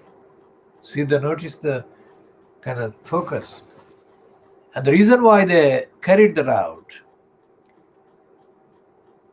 must have been part of an agenda to disinherit and disentitle and disenfranchise the main substantial population of Bangladeshi background or origin that was identifiable by reference to the significantly populated part of Brick Lane, and then Whitechapel to the east, Shadwell and other parts to the south, Bethnal Green to the north. And it was done in the Sunday Times magazine, dated the 2nd of December, 1973. Now, Bangladesh was established in December 1971, so 12 months of 72 and 11 months of 73. So it's less than 2 years after Bangladesh was established that the Sunday Times launched and carried out a vicious attack against the Silotis, Bangladeshis, and Brick Lane. So I organized the opposition, and then I took over and had to do the job for another 18 months, doing all kinds of work exposing the attack and opposing the attack and articulating the impact of the attack. And nobody, none of the people that have been directly or indirectly mentioned by the Runnymede Trust in their lying, stupid video was anywhere near anywhere doing any defending of the community on that occasion in that context. And the landmark campaigning activities that followed that one then included the various activities that I organized to stop racist attacks on the streets. And this went on during 73 up to the day of the attack on Altavali on the 4th of May 1978. And then I was the one who organized the interview and a statement broadcast on London Weekend Television days after Altavali was murdered. And what I said there is still being vindicated. And I spoke on the program that was known as the London Weekend Show, hosted by Janet Street Porter. These are the landmark things that I'm saying in rebutting the stupidity and the lying and the denial that has been perpetrated by Runnymede Trust. Then after the racist murder of Altavali, I organized the first such community rally that was held in the Commercial Road. Community rally made of people of Bangladeshi origin, because the previous racist attack took place 7-8 years before the murder of Altavali, which involved a man called Tosir Ali. But that was during Pakistan. That was before Bangladesh came into existence. And the same venue, the Grand Place Cinema in Commercial Road, which is no longer a cinema, no longer that venue, which has been rebuilt into various shop fronts, etc. So that meeting in the wake of Tosir Ali's murder by racists in Stepney had been followed by meeting that was attended by people from today's Pakistan, that is West Pakistan and East Pakistan. One of the people who attended the meeting is, of course, still, I think, active as a licensed law trader. His name is Sibgat Qadri or Sibgatullah Qadri, quote QC. And in the 78 kind of gathering, of course, the West Pakistanis weren't there. But the elements that applied in terms of social response and political response to the racist attack, and the factors of the police role didn't change. And at the meeting that I organized at the Grand Place, there were several people of Bangladeshi origin who were outraged at the fact that the murder of Altavali was a racist murder, and the racist murder by definition is the murder of an innocent person, and that they wanted to take revenge, these people who were at the meeting, at the rally. And it was my duty to firmly prevent any such kind of retaliation, because they wanted to attack any white person they found in the area. And I said, no way, we cannot do that. We shall not do that. And we didn't do that. Now, I'm absolutely certain that if somebody else was kind of in a position to kind of lead the response, something else might have happened. And my principle is not to let this kind of thing happen. And it's a very costly principle, because although I maintain the principle, this is not being followed by others. And that's the opposite of what should happen. So that was 78. And in the successive years, various other things happened. And on every occasion, I have played the role of giving others the opportunity to occupy positions. And I have done the work, but I have not occupied the positions. Primarily because I want to set an example that others can follow. That is to say, you don't defend the community, you don't do the right things, because in return, you get some benefit personally. That is something that I have maintained, and I don't think that it is understood properly. There is a lot of misunderstanding, including the suspicion that maybe I cannot do the job. Now, that is ridiculous beyond description. The ability and the fitness that I have exceeds the ability and fitness of all the others put together. And they don't see it. But that is what I do. And that is what I want to say today about this Runnymede Trust video. That everything they have contained in that video is superficial, artificial, ignorant and pro-racist and stupid, and insults the community as a whole. And the fact that they haven't had even the knowledge of our campaign shows that they are being stupid and contributing to the ignorance that should not be allowed any place in the history of the campaign for the communities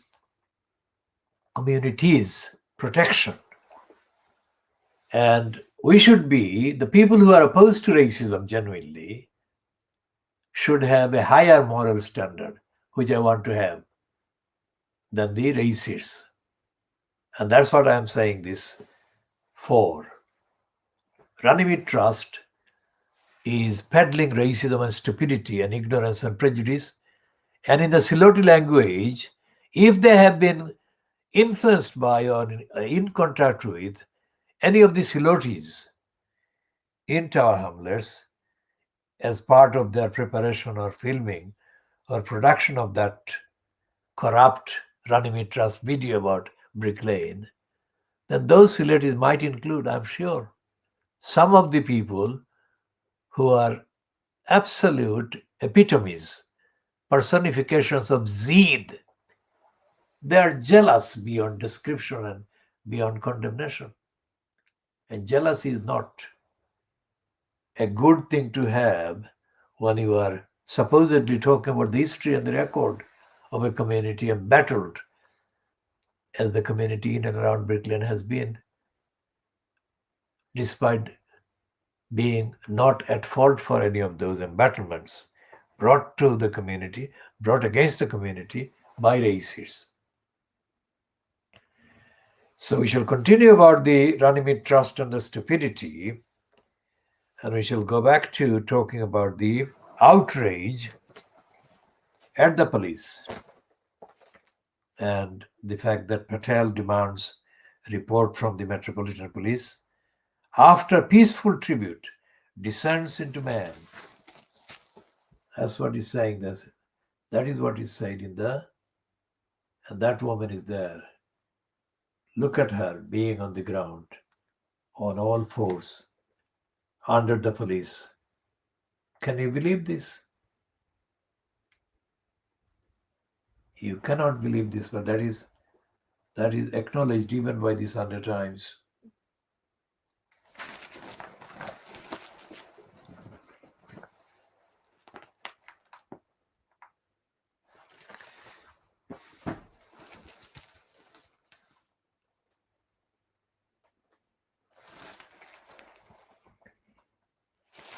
And what they're saying there also is that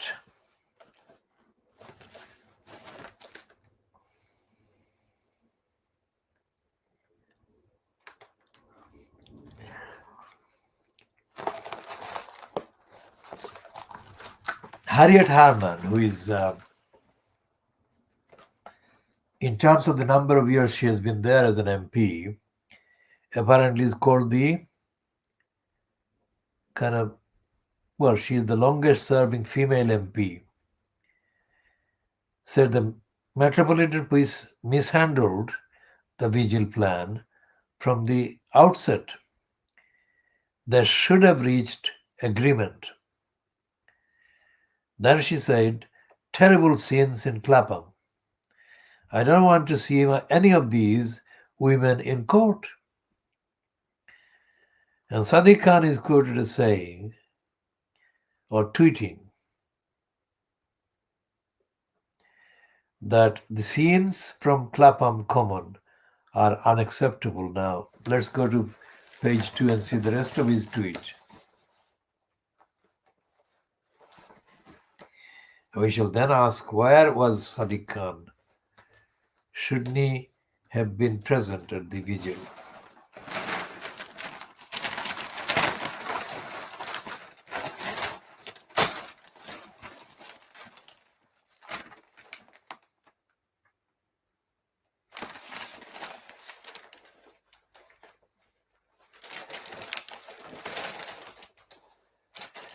Okay, so they're saying that the police have a responsibility to enforce COVID laws. But from images I've seen, it's clear the response was at times neither appropriate nor proportionate. I'm contracting with the commissioner and urgently seeking an explanation.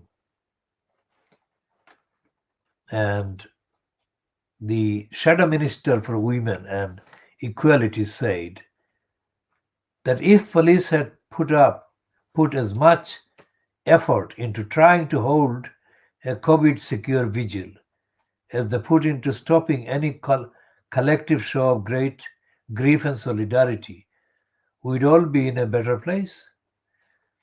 And Tory MP Caroline Noakes said, truly shocked at the scenes from Clapham Common. In this country, we police by consent. Badly misjudged. Now, these are not expressions of real outrage, are they? Because what all of these fail is what should have been happening, as I have said before. Because from the beginning of the establishment of the police, as we know them today, about 150 years ago, I shall check that and give the correct recorded kind of date or time. The police have not been subjected to accountability process at all. And the fact that that has been the case, let's see the police. Let's look at the entry of the most servile kind of platform, that is Wikipedia. It is most corrupt and incomplete and all the rest of it. But it is the only one that is there. There are others, but those will take time to access.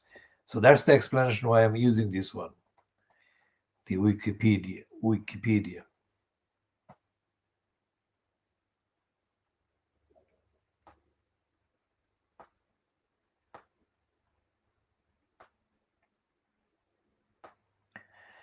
Well, let's start with the Metropolitan Police on the Wikipedia.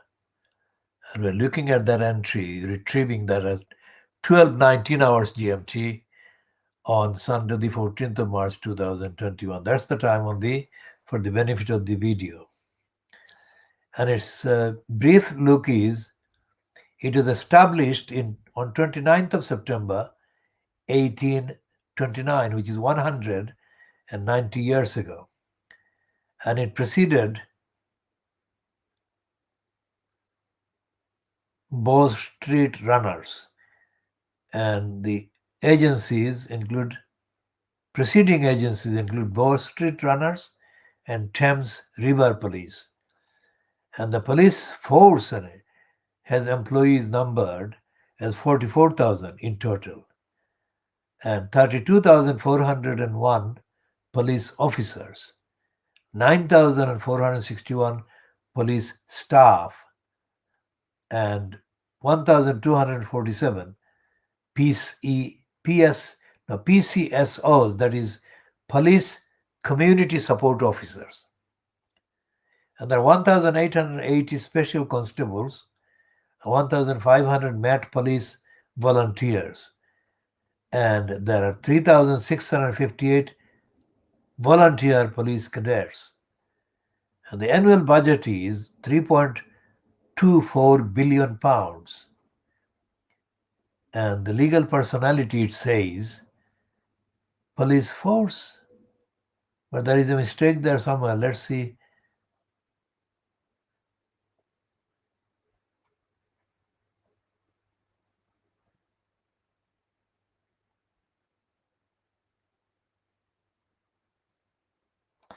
And it says that the primary governing body for the police, Metropolitan Police, is the Mayor's Office for Policing and Crime.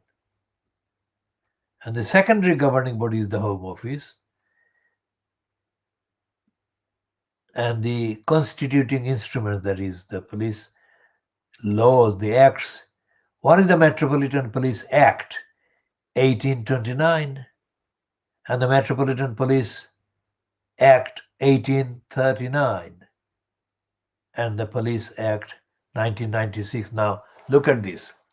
These are the only acts that are listed there for the police. And there is no act for police accountability. And the distance between the time between the latest previous act prior to the Police Act of 1996 was the Metropolitan Police Act of 1839.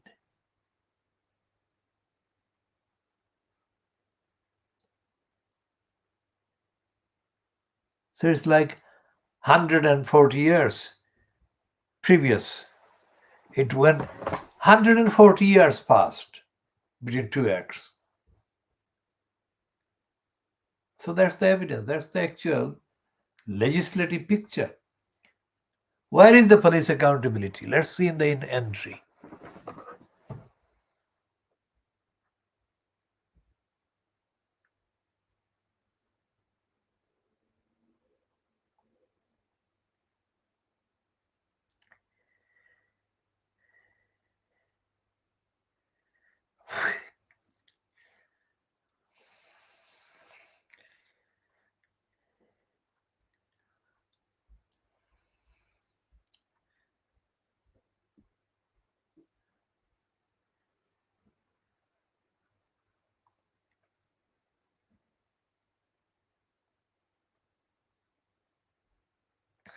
So look at this one. This is just a kind of issues.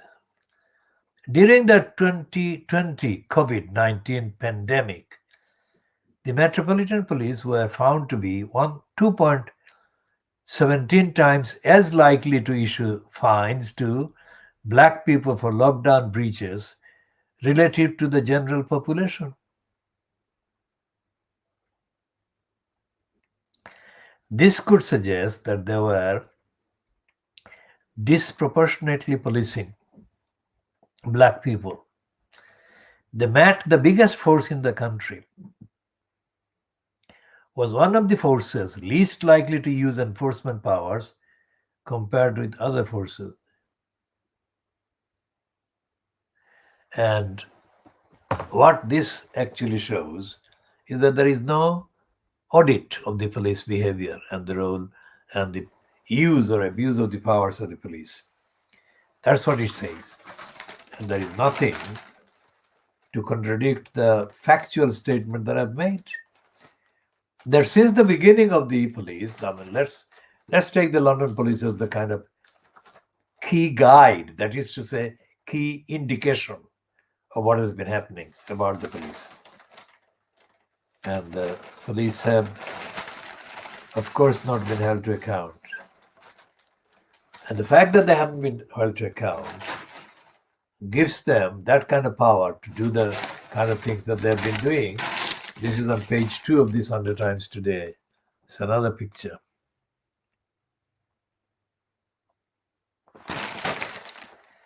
And this one shade is captioned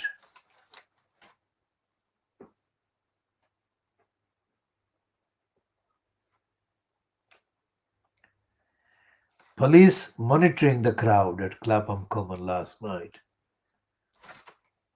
Now, the police were not monitoring because they were too close physically, and they didn't kind of observe the distance that they asked the vigil participants to observe. Now, here is the Sunday Times.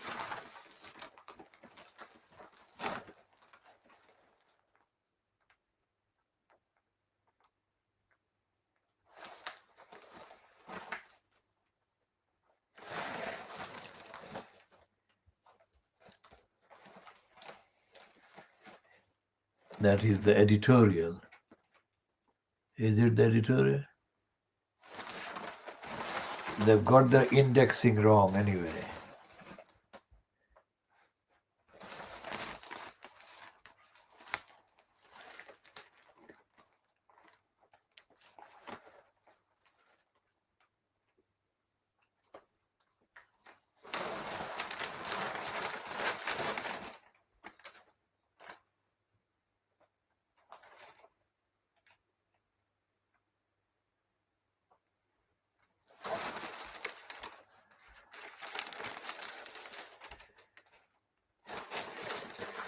Now,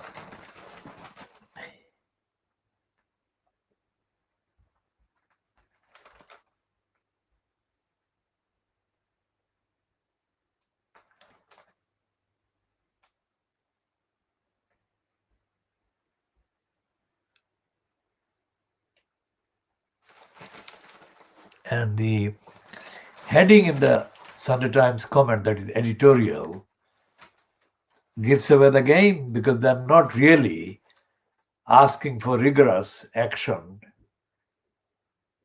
in defense of women, in support of women, and against criminals, especially criminals that attack women in any way. So it's a kind of artificial editorial, but let's see some of it. It reads in the heading, "Sarah Everett's terrifying ordeal must not be forgotten."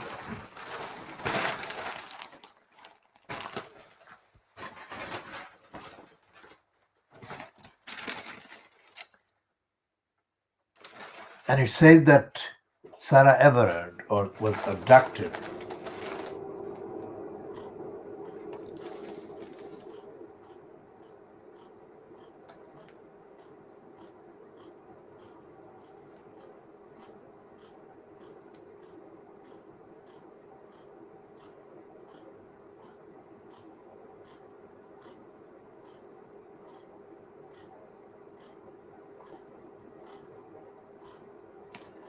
And it's saying, the Sunday Times is saying, it is terrible that it has taken the murder of Sarah Everett for these issues to be debated more openly. But the debate has now begun and may result in positive changes. In this day and age, it is unconscionable that, has so often happened in the past, we shrug off the issue of women's safety. Now, that is very stupid. It doesn't say anything urgent should be done. If it says we shrug off, it doesn't necessarily mean that we should not shrug off. And it says some positive change may happen. May happen. The Sunday Times, one of the two remaining kind of broadsheets, in addition to the Sunday Borisgraph, is as lazy mentally and intellectually and morally as the rest of them. And so the vigil, the women that organize the vigil mainly, are the ones that are leading the opposition to the status quo that included the abduction and murder of Sarah Everett. There is no initiative coming from the police. Of course, there is no initiative coming from Sadiq Khan, none coming from Keir Starmer, and none most certainly coming from Boris Johnson. Anyone who knows about policing in London, and we are making this observation in the context of what we have said about the GLC police committee having produced nothing but status quo complicity by Paul Boateng, and the staff that were there have also done the same thing. Let's put it another way. When the GLC, those who need to know the history of the GLC need to go up and look up. There are loads of accounts, but not necessarily reflecting what I'm saying. I was there daily confronting Ken Livingstone Livingstone throughout the, let's say, 1981 up to 1986. To the point that Ken Livingstone Livingstone recruited extra thugs under the banner of security in order to stop me getting access to the Greater London Council's County Hall. But I had a valid pass due to my election as a community representative in October 1982 to the Inner London Education Authority. So I had a valid pass to enter the County Hall, which was the headquarters of the Greater London Council.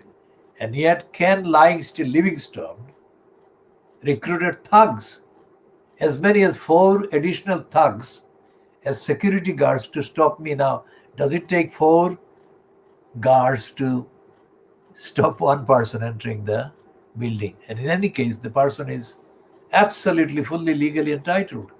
I shall come to that in due course later, because this will be a fascinating kind of conversation and report about what lengths Ken Livingstone went to physically stop my exercising my universal democratic legal rights to enter the County Hall. But what happened in the kind of detail, if you like, of the corruption that Ken Livingstone perpetrated in collusion with the likes of Paul Boateng. Boateng is spelled Boateng. Paul Boateng is listed on a wiki entry as a QC. This is a bogus QC because he was not a barrister.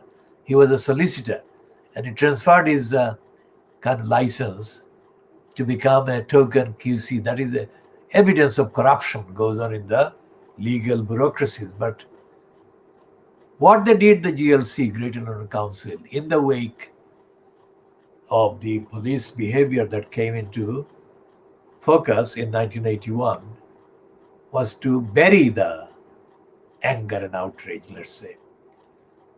And the burying of the anger and outrage was perpetrated by the GLC having a police committee so-called, and the central government appointing Margaret Thatcher's government,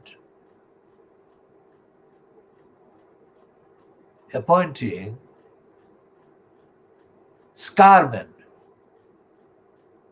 a High Court judge, to do the inquiry, which has now since been named after him, Leslie Scarman. And the reason I'm talking about Scarman inquiry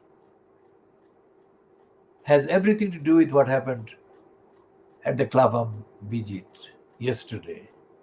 And what will not happen, because it will not change anything. That is to say, it should change anything. So much of the policing, but it will not change anything. Let's see what the entry says about Scarborough. Again, with the detailed conditions and qualifiers I have mentioned about Wikipedia, which is corrupt and racist, absolutely racist and dishonest. This is, by the way, the only kind of instantly accessible platform to get some information. So that's the qualifier. So I'm not kind of accessing the wiki entry on Paul Botan because it will tell the truth, it will not. But just as a general reference, especially for the people who are not resident in the country or active in the UK.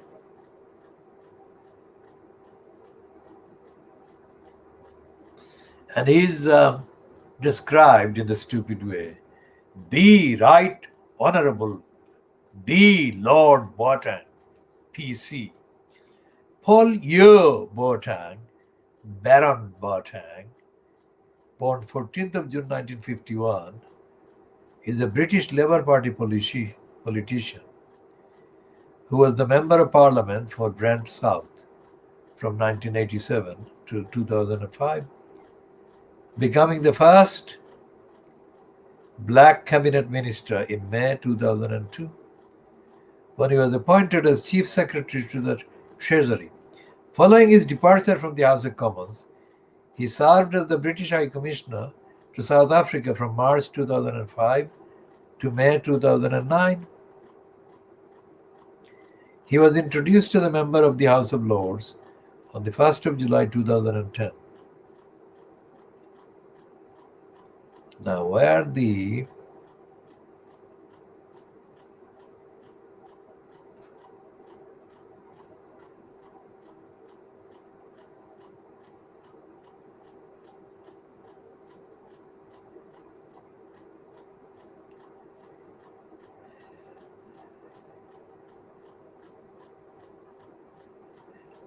now it says that personal life. In November 2011, Botang's son, Benjamin, aged 27, was jailed for almost 4 years for a sex attack on a woman.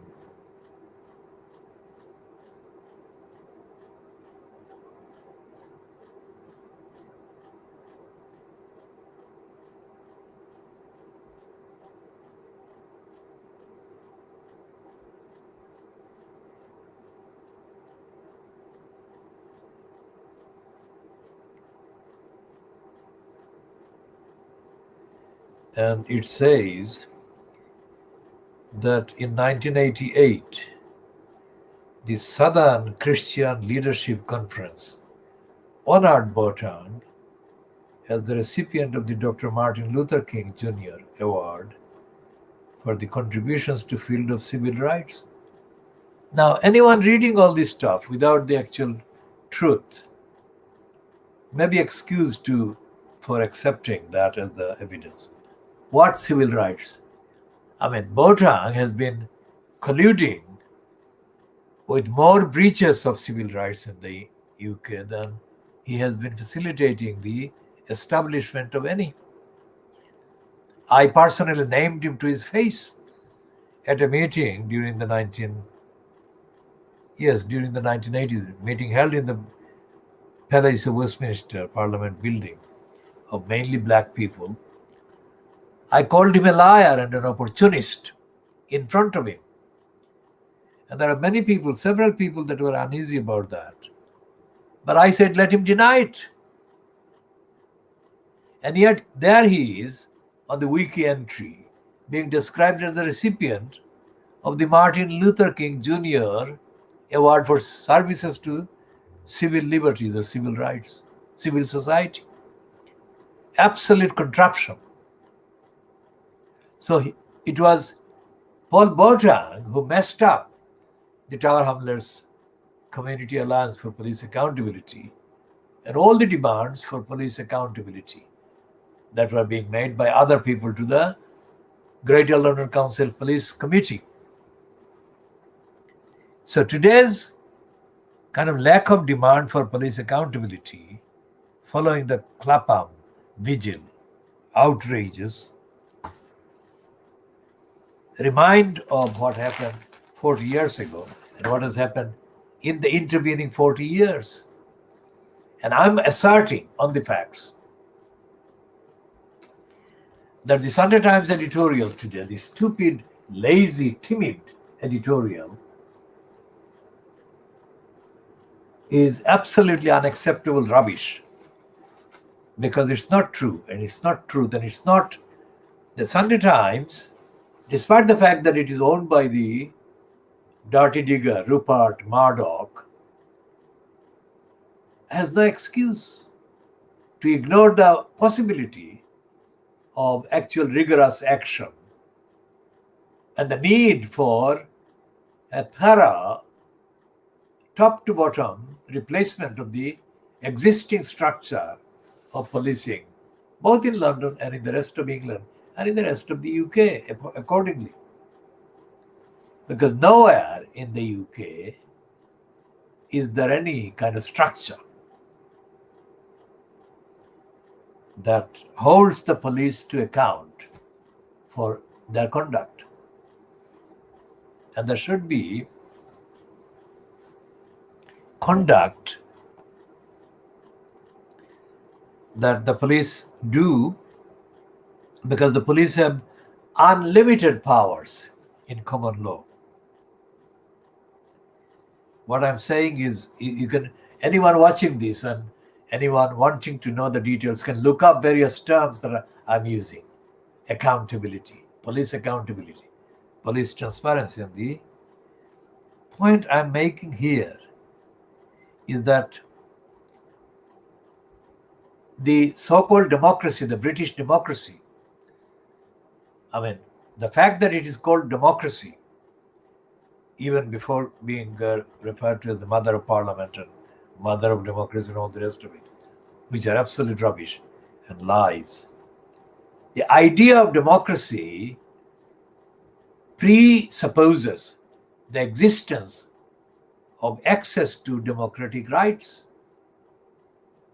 and access to democratic platforms and means to hold the democratically,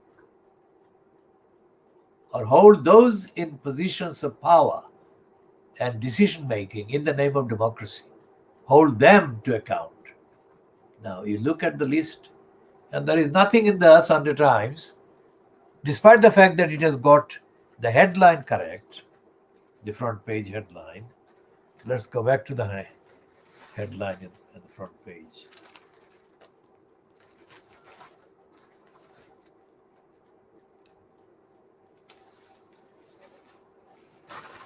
Yes, the front page of the Sunday Times today is absolutely the correct, carries the correct headline or heading.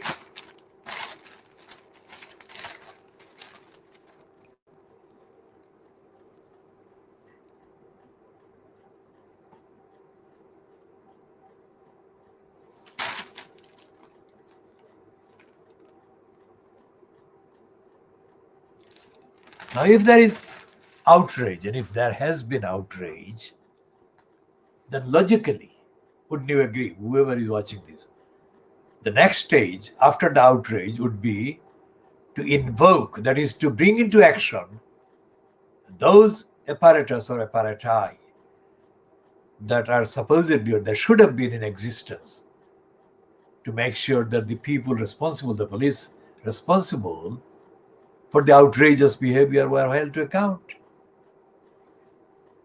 Yet, you search all of the contents in the Sunday Times today about that series of clashes, and you cannot find anything that the Sunday Times is referring to, either in the so-called reports or in its editorial, saying that now is the time to do this or that in order to stop this or prevent this happening again. They're not even referring to Sadiq Khan. Well, they refer to Sadiq Khan in relation to his tweet. But the tweet is as dead as Sadiq Khan politically. So when the Guardian and their ilk praise Sadiq Khan and Sajid Javid and Roxana Fiaz as children of the Pakistani-born bus drivers, what are they saying there? Are they saying that the Pakistani bus drivers are not kind of clever enough or intelligent enough or fit enough to have children that should occupy these 3 posts or similar posts? If they're saying that, that would be racist. But what is the actual evidence? What is the kind of evidence of the behavior in post by these 3 so-called children of the Pakistani-born bus drivers? What have they delivered? And they have not delivered anything that justifies any claim that they are capable of delivering anything. So it's a dilemma, it's a puzzle, and it's a serious kind of denial of the universal basis of the rights against racist kind of denials, if you like. And it's nothing to do with the inherent abilities, because Sajid Javid, who has become an MP and was in post as the interior minister when he behaved like an anti kind of Asian person or anti-Muslim person and took away the British citizenship acquired by birth of Shamima Begum, he behaved like the worst kind of racist, as if he wasn't in post and in his post was a racist. That would be understandable logically. It cannot be understood logically when somebody like Sajid Javid behaves in the way that he did. All the evidence, let's say from the studies carried out by so-called students of the English jurisprudence, that is to say, the general kind of characters or characteristics based on all kinds of decisions that can be found in the collected decisions and records of the English judiciary, if you like, or judges or judgments. That is called jurisprudence. So that you can establish some kind of tendencies and propensities and movements and possibilities and indications, etc. So all the indications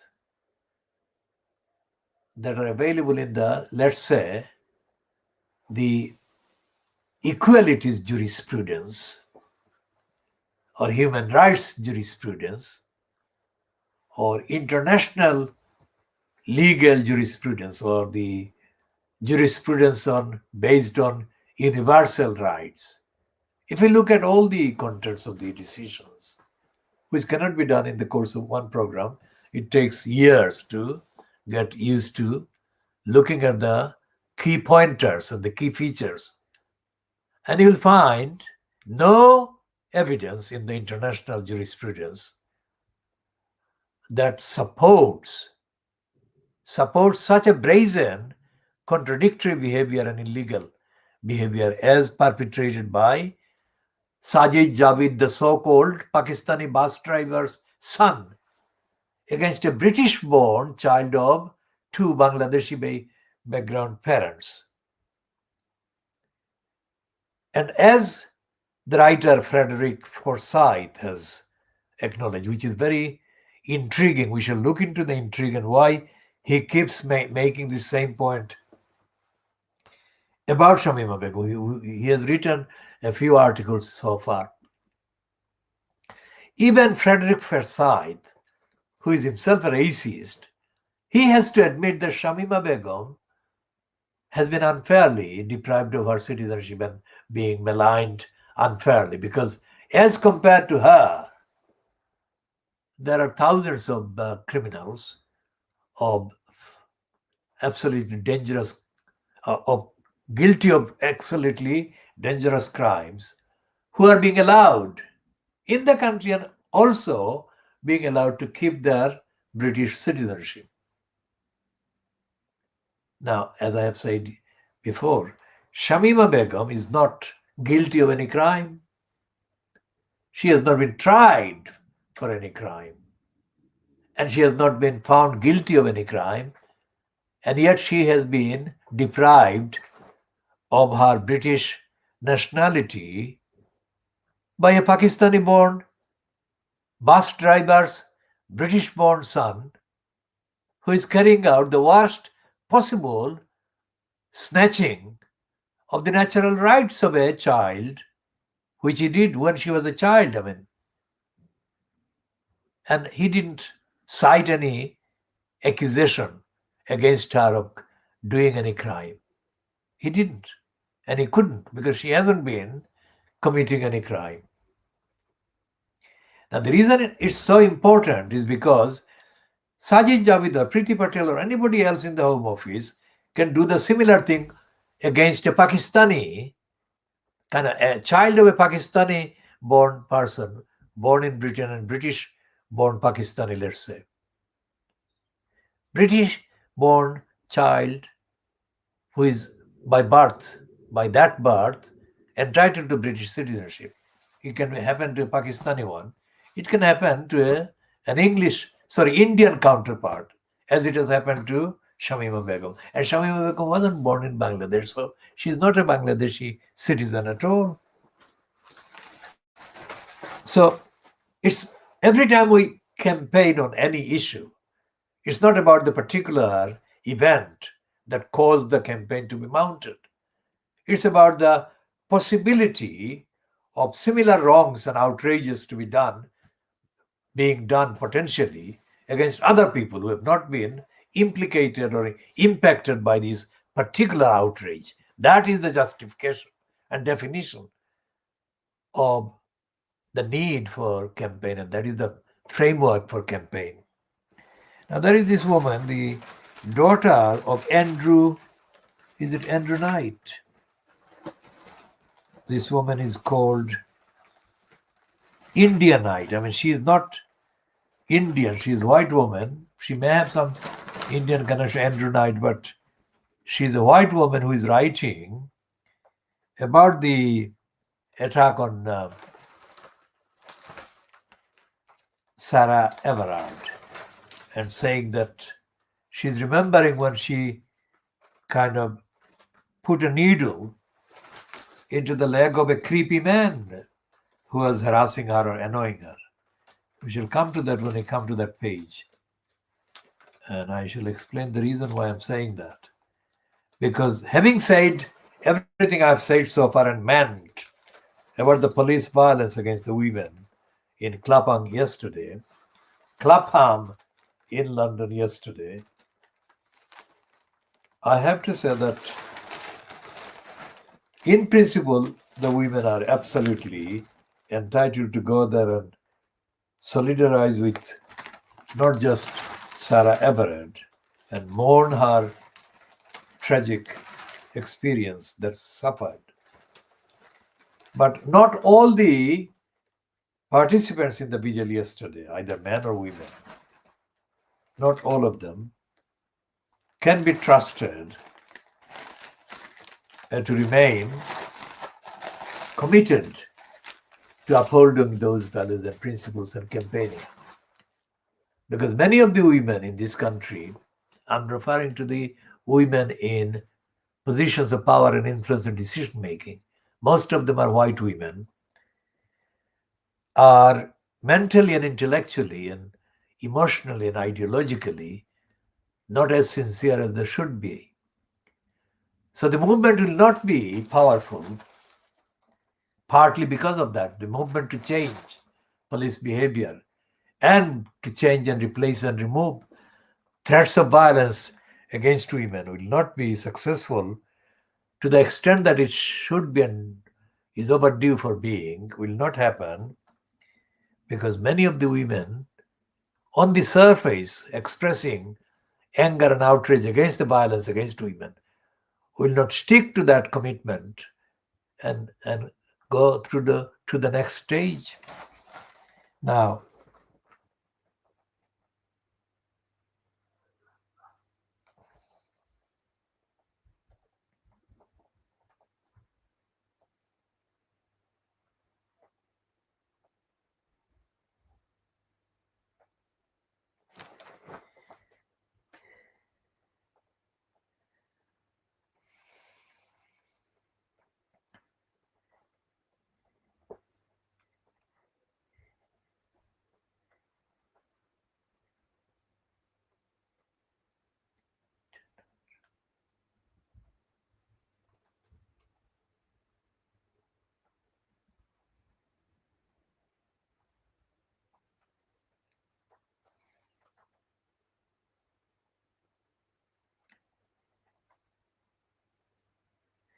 now she concludes her piece that how quickly we get there, that is to say, achieve the objectives of ending violence against women and gaining respect for women.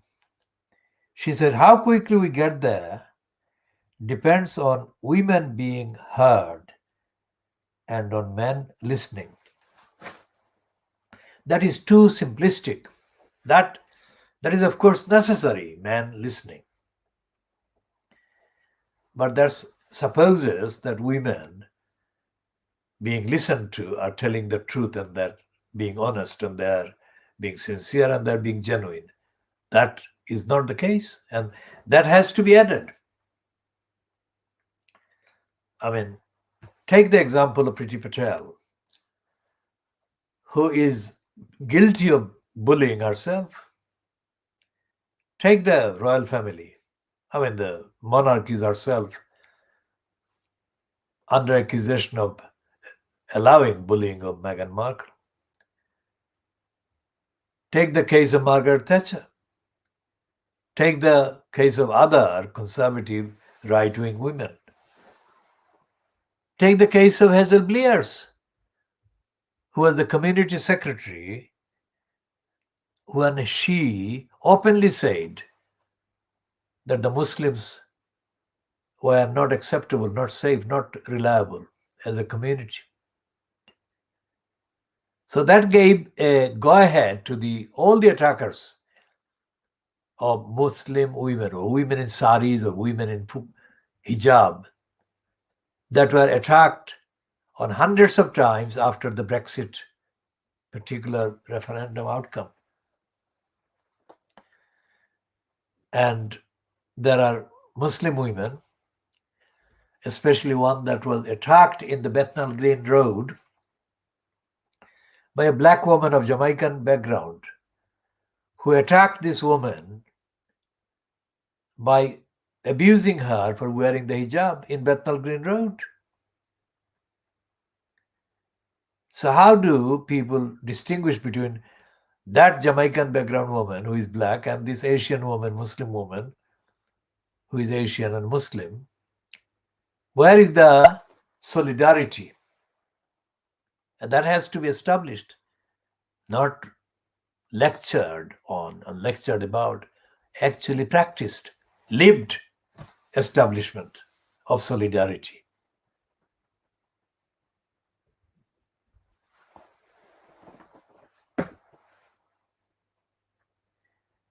So what we shall be doing is, just coming up to 1300 hours GMT, we shall be bringing this particular part A, to a conclusion, and we shall be continuing in due course. As I have said before, this program is brought to you by the movement defending the community in and from East End of London. And I am the organizer.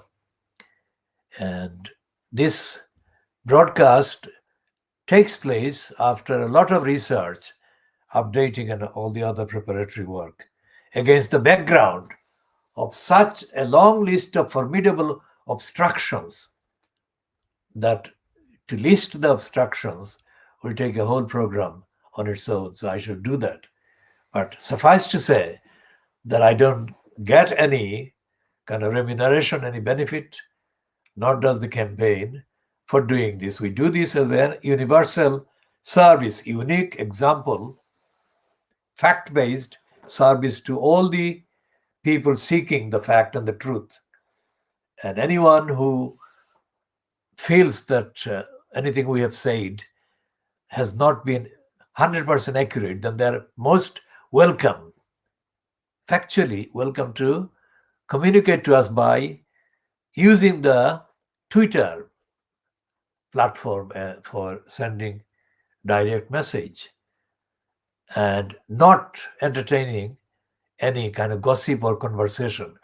We are very busy, and we shall do the absolute necessary, which is to correct any factual errors or inaccuracies or signs of bias. This, as I said, is a unique platform, unique service to the world, and it's not available, the like of which is not available anywhere, from any platform of any scale or any size or anything. And the final point is that we don't have any followers. That is by choice. We don't need followers. What we do need is comment. If anyone wants to comment truthfully and factually and without any bias or creating any appearance of being a troll, we shall welcome that. But otherwise, we don't need followers, and we don't most certainly follow anyone. Anyone who is on the list of any of our accounts as being followed by us must be on the list because of previous kind of policy. Our current policy is that we don't entertain any followers, and we don't seek any followers, and we don't follow anyone. We post, we publish, and that's it. Anyone can find us. But we don't publish for vanity. We don't publish for being kind of linked with thousands of followers. That is not anything that matters to us. And actually, it's the contents, the substance that always matters. And substance and contents and the veracity and the truthfulness is where we start and where we continue. Thank you.